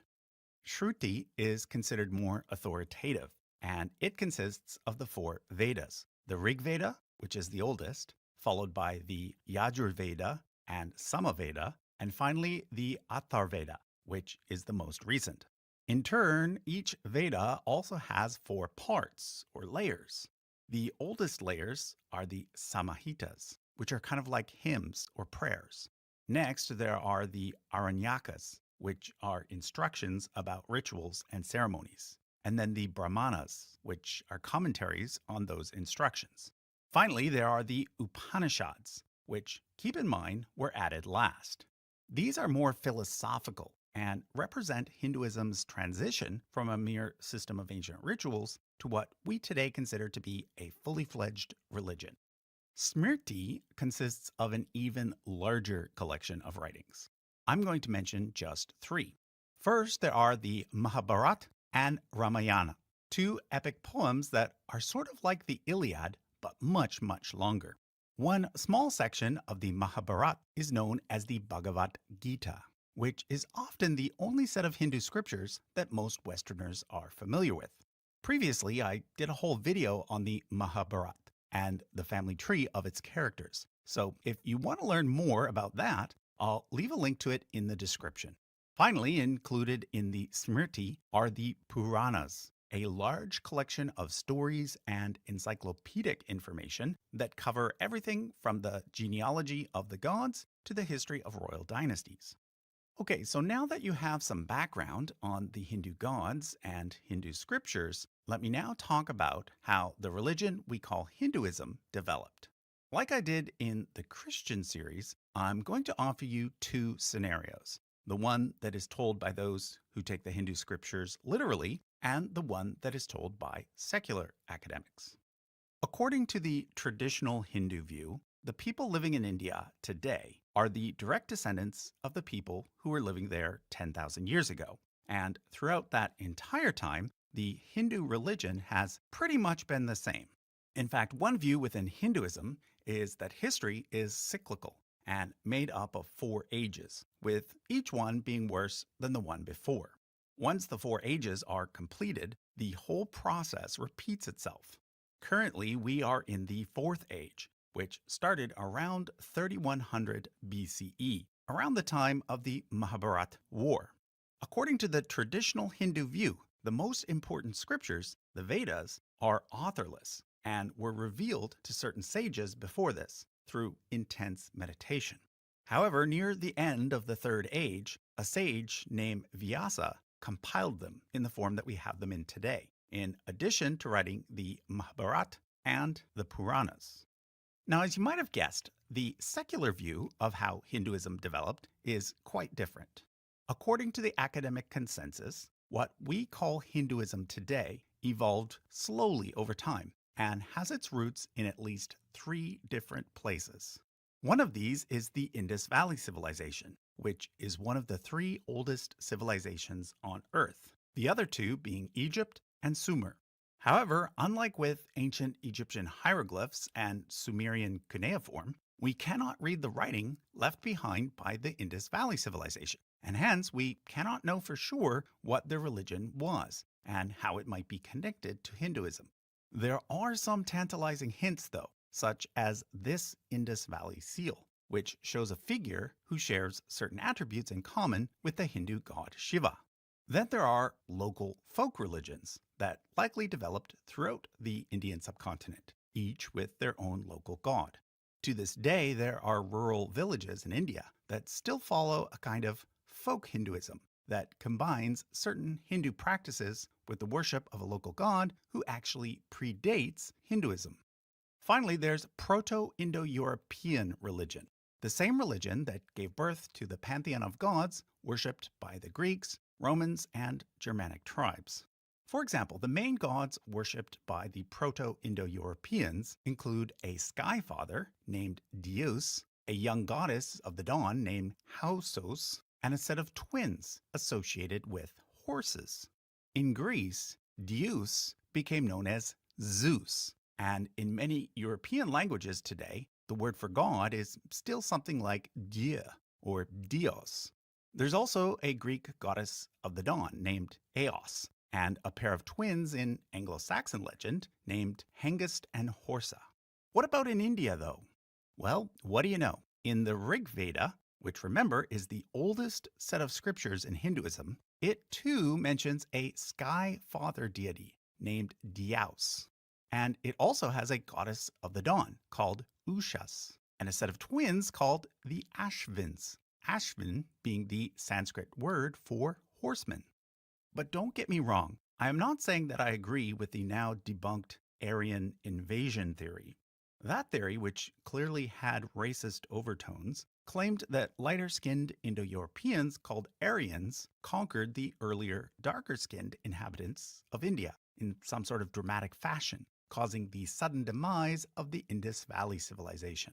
Instead, the academic consensus today is that there was a very slow migration of Indo-Europeans into India between the years 2000 and 1500 BCE, and that these people likely intermixed with the local populations, resulting in the creation of the Vedic civilization. This new hypothesis is backed up by both linguistic evidence and DNA evidence. Now, as you probably guessed, the Vedic civilization is so named because it produced the Hindu scriptures called the Vedas. But keep in mind that the Vedic religion was not the same thing as modern Hinduism. For example, the main gods talked about in the Vedas are not Vishnu and Shiva. Rather, they are Indra, Varuna, and Agni. So, although it's often said that Hinduism is the world's oldest religion, dating back 4,000 plus years, this is not exactly true. The roots of Hinduism and some of its customs do go back that far, but Hinduism as we know it today does not. The same is true for Judaism. Judaism has its roots in ancient Israelite religion, which originated around 3,000 years ago. However, Judaism as we know it today is not identical to the religion practiced by the ancient Israelites. It developed mostly between the years 600 BCE and 200 CE. So my point is, dating religions is not as simple as you might think, because religions change over time, and this is certainly true of Hinduism. The Vedic religion eventually evolved into Brahmanism, by which point the priestly caste known as the Brahmins was firmly established. But Brahmanism was by no means the only religion in India at this point. It was mainly practiced in the kingdom of Kuru. Further east, the Shramana movement was taking hold. Shramana meaning seeker.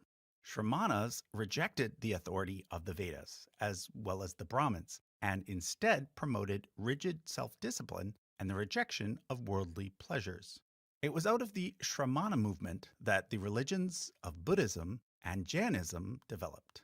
However, it also had a big impact on the development of Hinduism, leading to what's been called the Hindu synthesis, which occurred over the period from around 500 BCE and 500 CE, which is when many religious ideas and customs came together to form what we know as Hinduism today.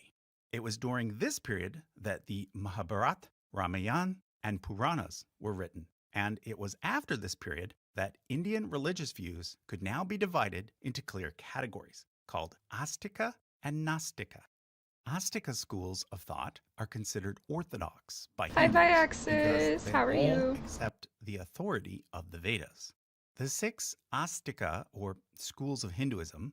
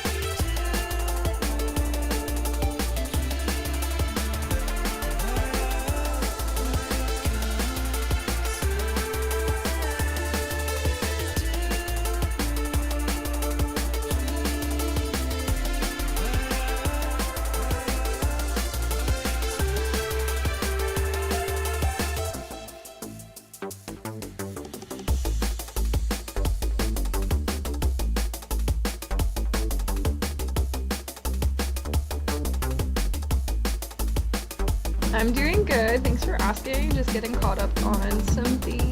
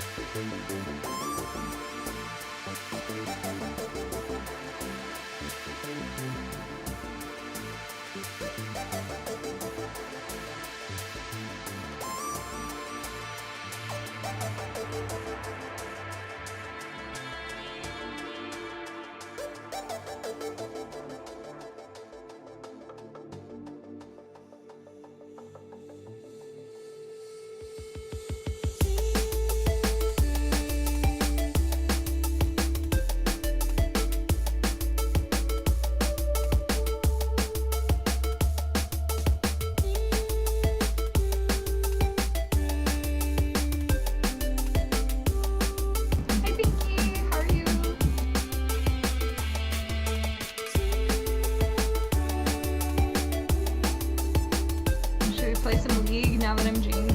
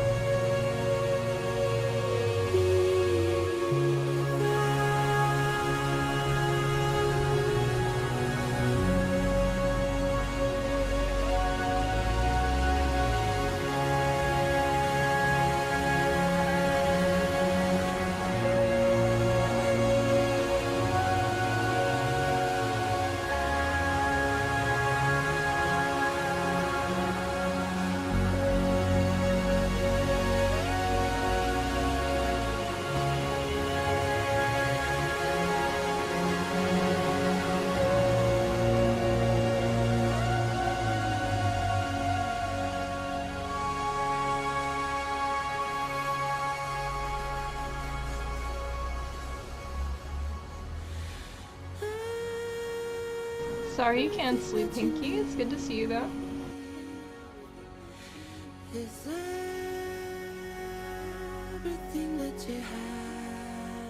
What time is it for you? It's like Saturday at 10 p.m. for me.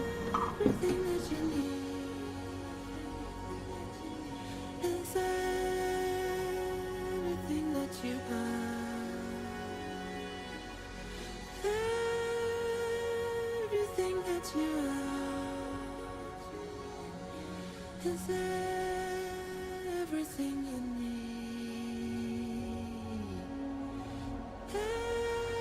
everything you already are, is all that you ever need to be.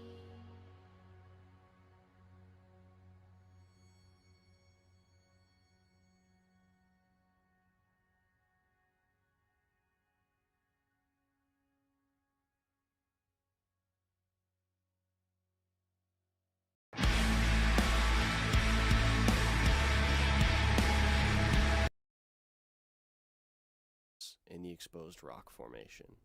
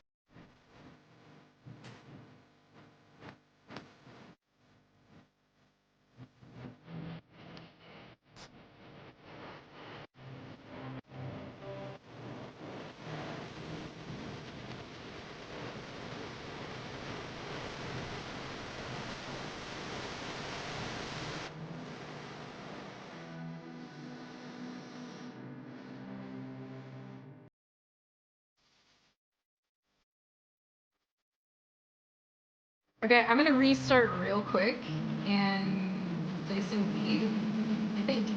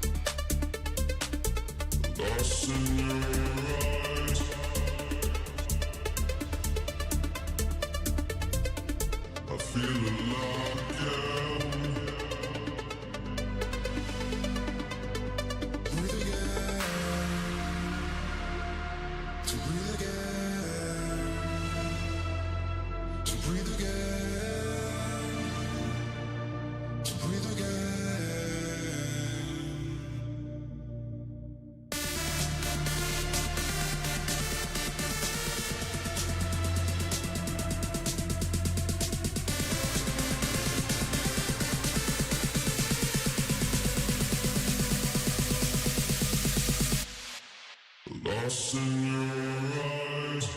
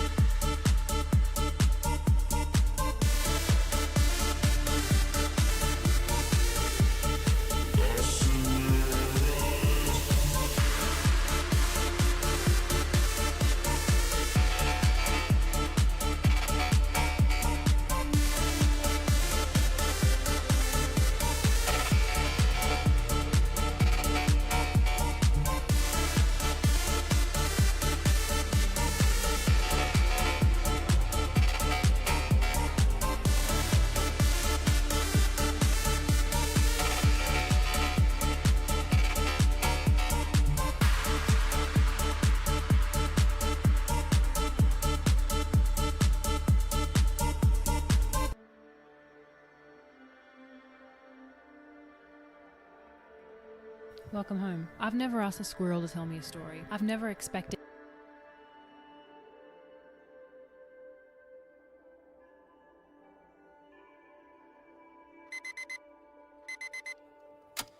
Out of mind when we out of sight. We come alive in the dead of night.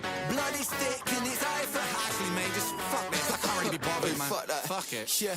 So the story goes, come on, but on smoke forever, let the sheep them know. I'm a beast when I'm on the Charlie, bro. Fuck forever, it's the cocaine. You think you're so fucking clever. Like start down chewing gum, you know I go hell forever. I'm on track to be the best one ever. Fuck a label, man, we're killing it, we're doing it better. Watch you blow. Wait. So the story goes, I've been living life in a haze, bro. The city like close, I never slow. Gotta learn to calm down, but I don't. Going round for round, I'm fucking buzzing. Council house and violent flow fucking. Got a couple burners in the oven. McLovin'. Pick the sticky, icky green budding. Pass it to the left if you start bugging. You think you're so fucking clever. Like start down chewing gum, you know I go hell forever. I'm on track to be the best one ever. Fuck a label.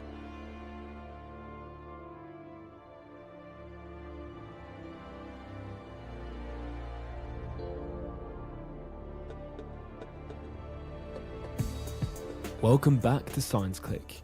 Today, the geometry of colours. In a drawing or photography software, you've probably already encountered a colour picker, a space allowing the user to choose a colour. Some pickers are square, others round or triangular. Some colours are shown close together, others far apart. But is there a link between these representations? Can we make sense of the distances in these spaces? Is there an underlying geometry to describe all colours? In this video, we will explore these questions which have occupied thinkers from Aristotle to Schrödinger, including Maxwell and Goethe. At the crossroads of physics, biology, mathematics and psychology, let's dive together into the science of colours.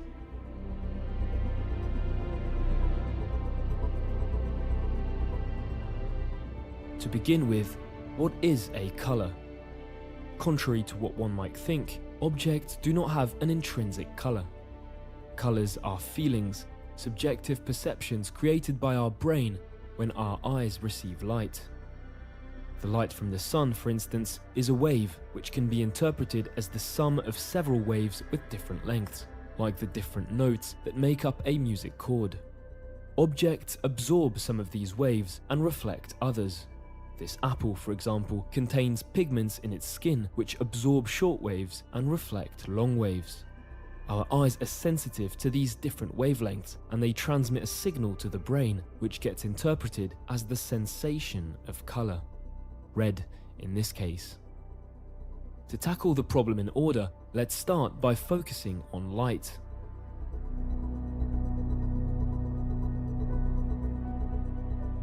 We can decompose sunlight using a glass prism.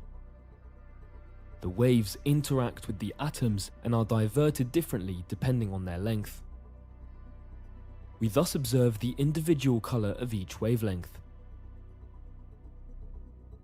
These are the colors of the rainbow, because raindrops behave somewhat like tiny prisms, and they range from red to blue-violet through yellow, green, and cyan. This is our first color space, the visible spectrum, that affect luminescence and less readable affect perception. On the other, some of us are color blind, several conditions that affect 5% of the population, mainly men for genetic reasons. To differentiate colors, our eye uses 3 receptors, or cones, scattered across the retina. They each react to one of 3 ranges of wavelengths, corresponding very roughly to the red, green, and blue components of light.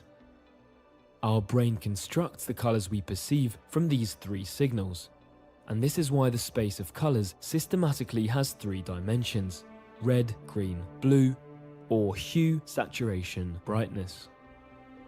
However, colorblind people have deficiencies in the retina or visual system, so the space they perceive is reduced.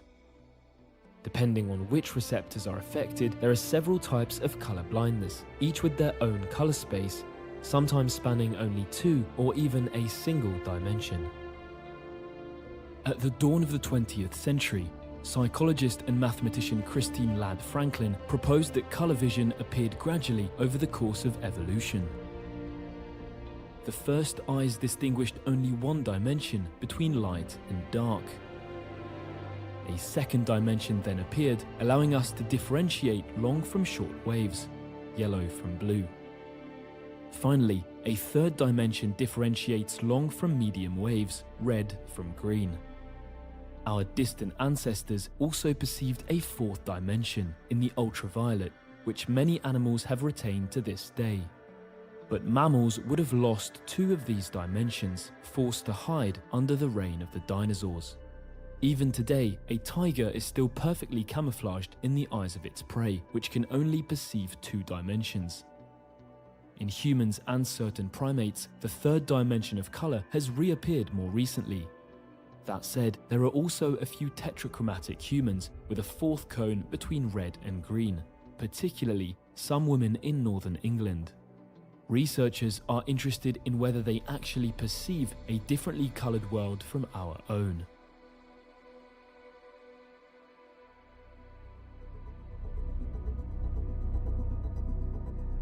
Until now, we have organized colors according to physical criteria, based on light and mixtures.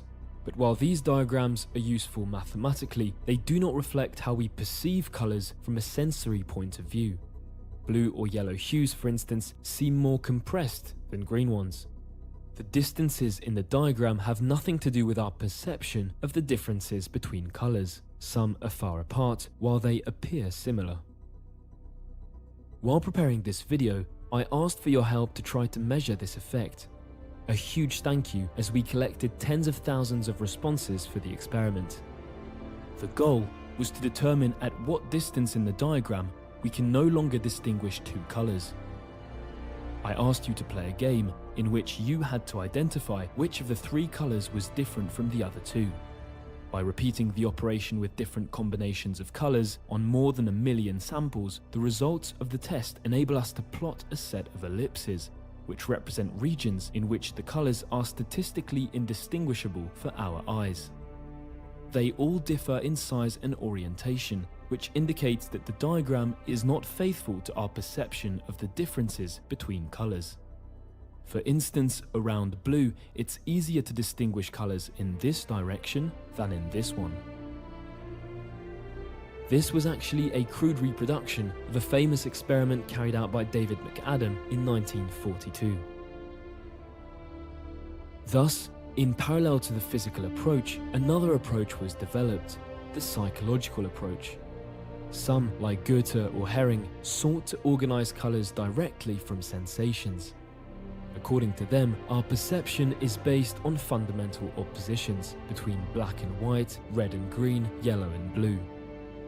A theory that is now considered valid because certain cells in the retina actually transform the red, green and blue signals into signals of oppositions. Based on precise measurements of color perception, some constructed detailed atlases, such as the famous Munsell system from the early 20th century. Its irregular geometry closely models our perceptions of different hues. We note that different hues reach their maximum saturation at different brightness levels. Some colors, such as yellow, tend to appear lighter than others, such as blue. Some hues also tend to appear more vivid than others, such as magenta compared to turquoise. During this period, psychophysics also appeared, which attempts to mathematically link our sensations to the physical stimuli which provoke them. Let's take a black and white gradient. It is linear. The intensity increases by a constant amount from one slice to the next. However, the variation seems stronger in the dark areas than in the light areas on the right. This is the Weber-Fechner law. A small variation in intensity is better perceived when the overall intensity is low. We can model this effect with a mathematical function, which represents our perception of brightness as a function of the actual physical luminance of the light. We see that our perception is non-linear. Brightness appears to increase quicker in dark areas. Taking this effect into account, we can create a more perceptually uniform gradient. And if we do this for each of the 3 dimensions of the color space, we obtain a more uniform distribution of colors. Gradients appear smoother and more regular than in the basic color space. This is the founding principle of the LAB space, defined in 1976 by the International Commission on Illumination. It is inspired by the psychological interpretation of colors and opposes black and white, red and green, yellow and blue. In 2020, Bjorn Otterson proposed the OK Lab space as a more precise alternative. Its geometry resembles a deformed droplet or an inclined double cone, designed to model the distances we perceive between colors. This section corresponds to the colors that a standard screen can display. Finally, here's what a color picker looks like in the OK Lab space, compared to a traditional one.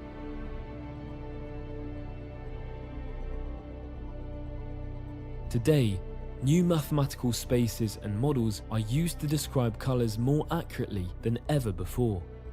They can help artists select colors more perceptually, but also scientists to construct color codes to visualize data. The study of perception is important for designing more faithful screens and making certain content accessible to colorblind people. This text, for instance, if we vary its hue, becomes more or less readable in the basic color space. But in a perceptual space, like OK Lab, this problem disappears because this space better represents our perception of colors. However, no model is perfect, and color remains an active area of research. Some, like Schrödinger in the early 20th century, believe that the color space is described by a non-Euclidean curved geometry, much like space-time in general relativity. Others propose that the color space is even more complex to describe, requiring the development of a completely new type of geometry. To conclude, in April 2025, a research team claimed to have produced a completely new color. As we have seen, our retina has 3 types of receptors, each sensitive to a range of wavelengths. long, medium, and short. But these ranges overlap in places. In particular, the medium cone is never activated on its own. There is no wavelength that only activates this receptor without also activating one of the other two. In this study, the scientists were able to stimulate the medium cones only, using extremely precise lasers directly targeting the concerned cells. The researchers would have thus produced a brand new sensation. Named Olo, this new color would be located outside the usual space. Participants say they observed an extremely intense shade of turquoise.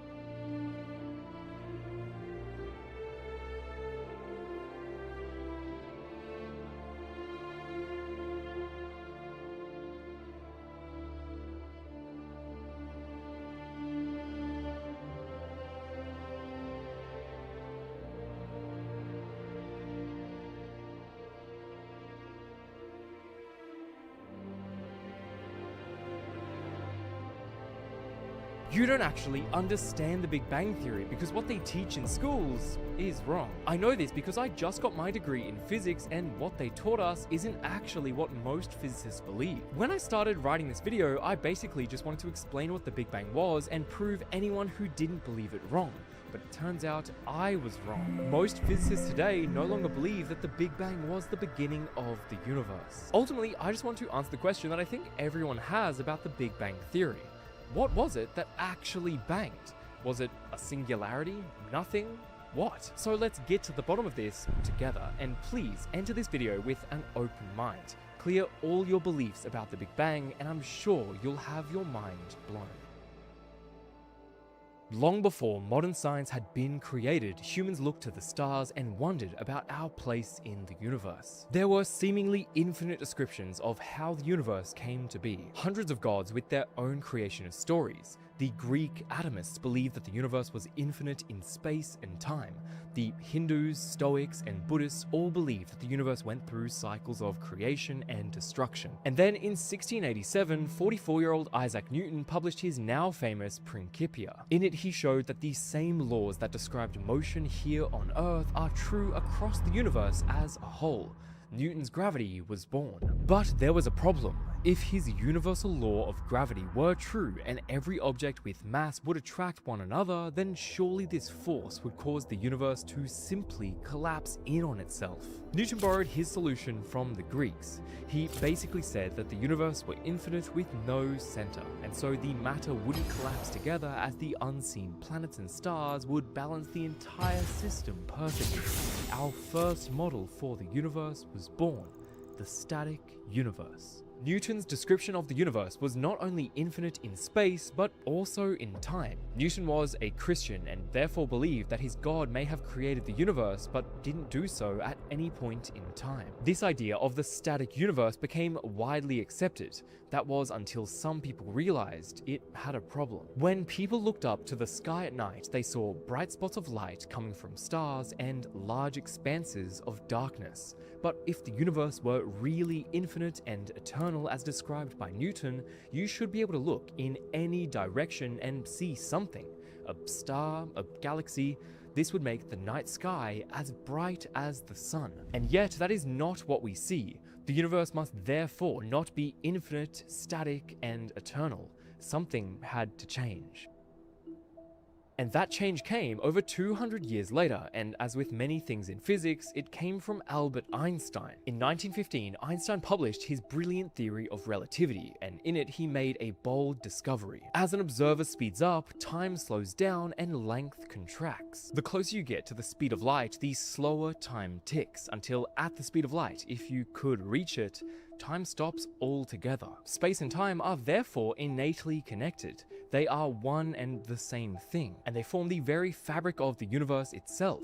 space-time. Gravity isn't a force between objects, it's the bending of space-time itself by objects within it. The sun bends the fabric, and the Earth moves around this curved surface in an orbit. This was all good in theory, but they needed a way to test it, and 4 years later, they did just that. On May 29th, 1919, a total solar eclipse occurred, and it was visible from Brazil. Arthur Eddington organized 2 expeditions on behalf of the Royal Astronomical Society to image the eclipse. They were doing this to test Einstein's theory. If he were correct, then it wouldn't be just objects that move through this bent space-time, but the light itself should be bent and curved to move along this warped path. And since during an eclipse, Okay, I'm gonna restart, guys.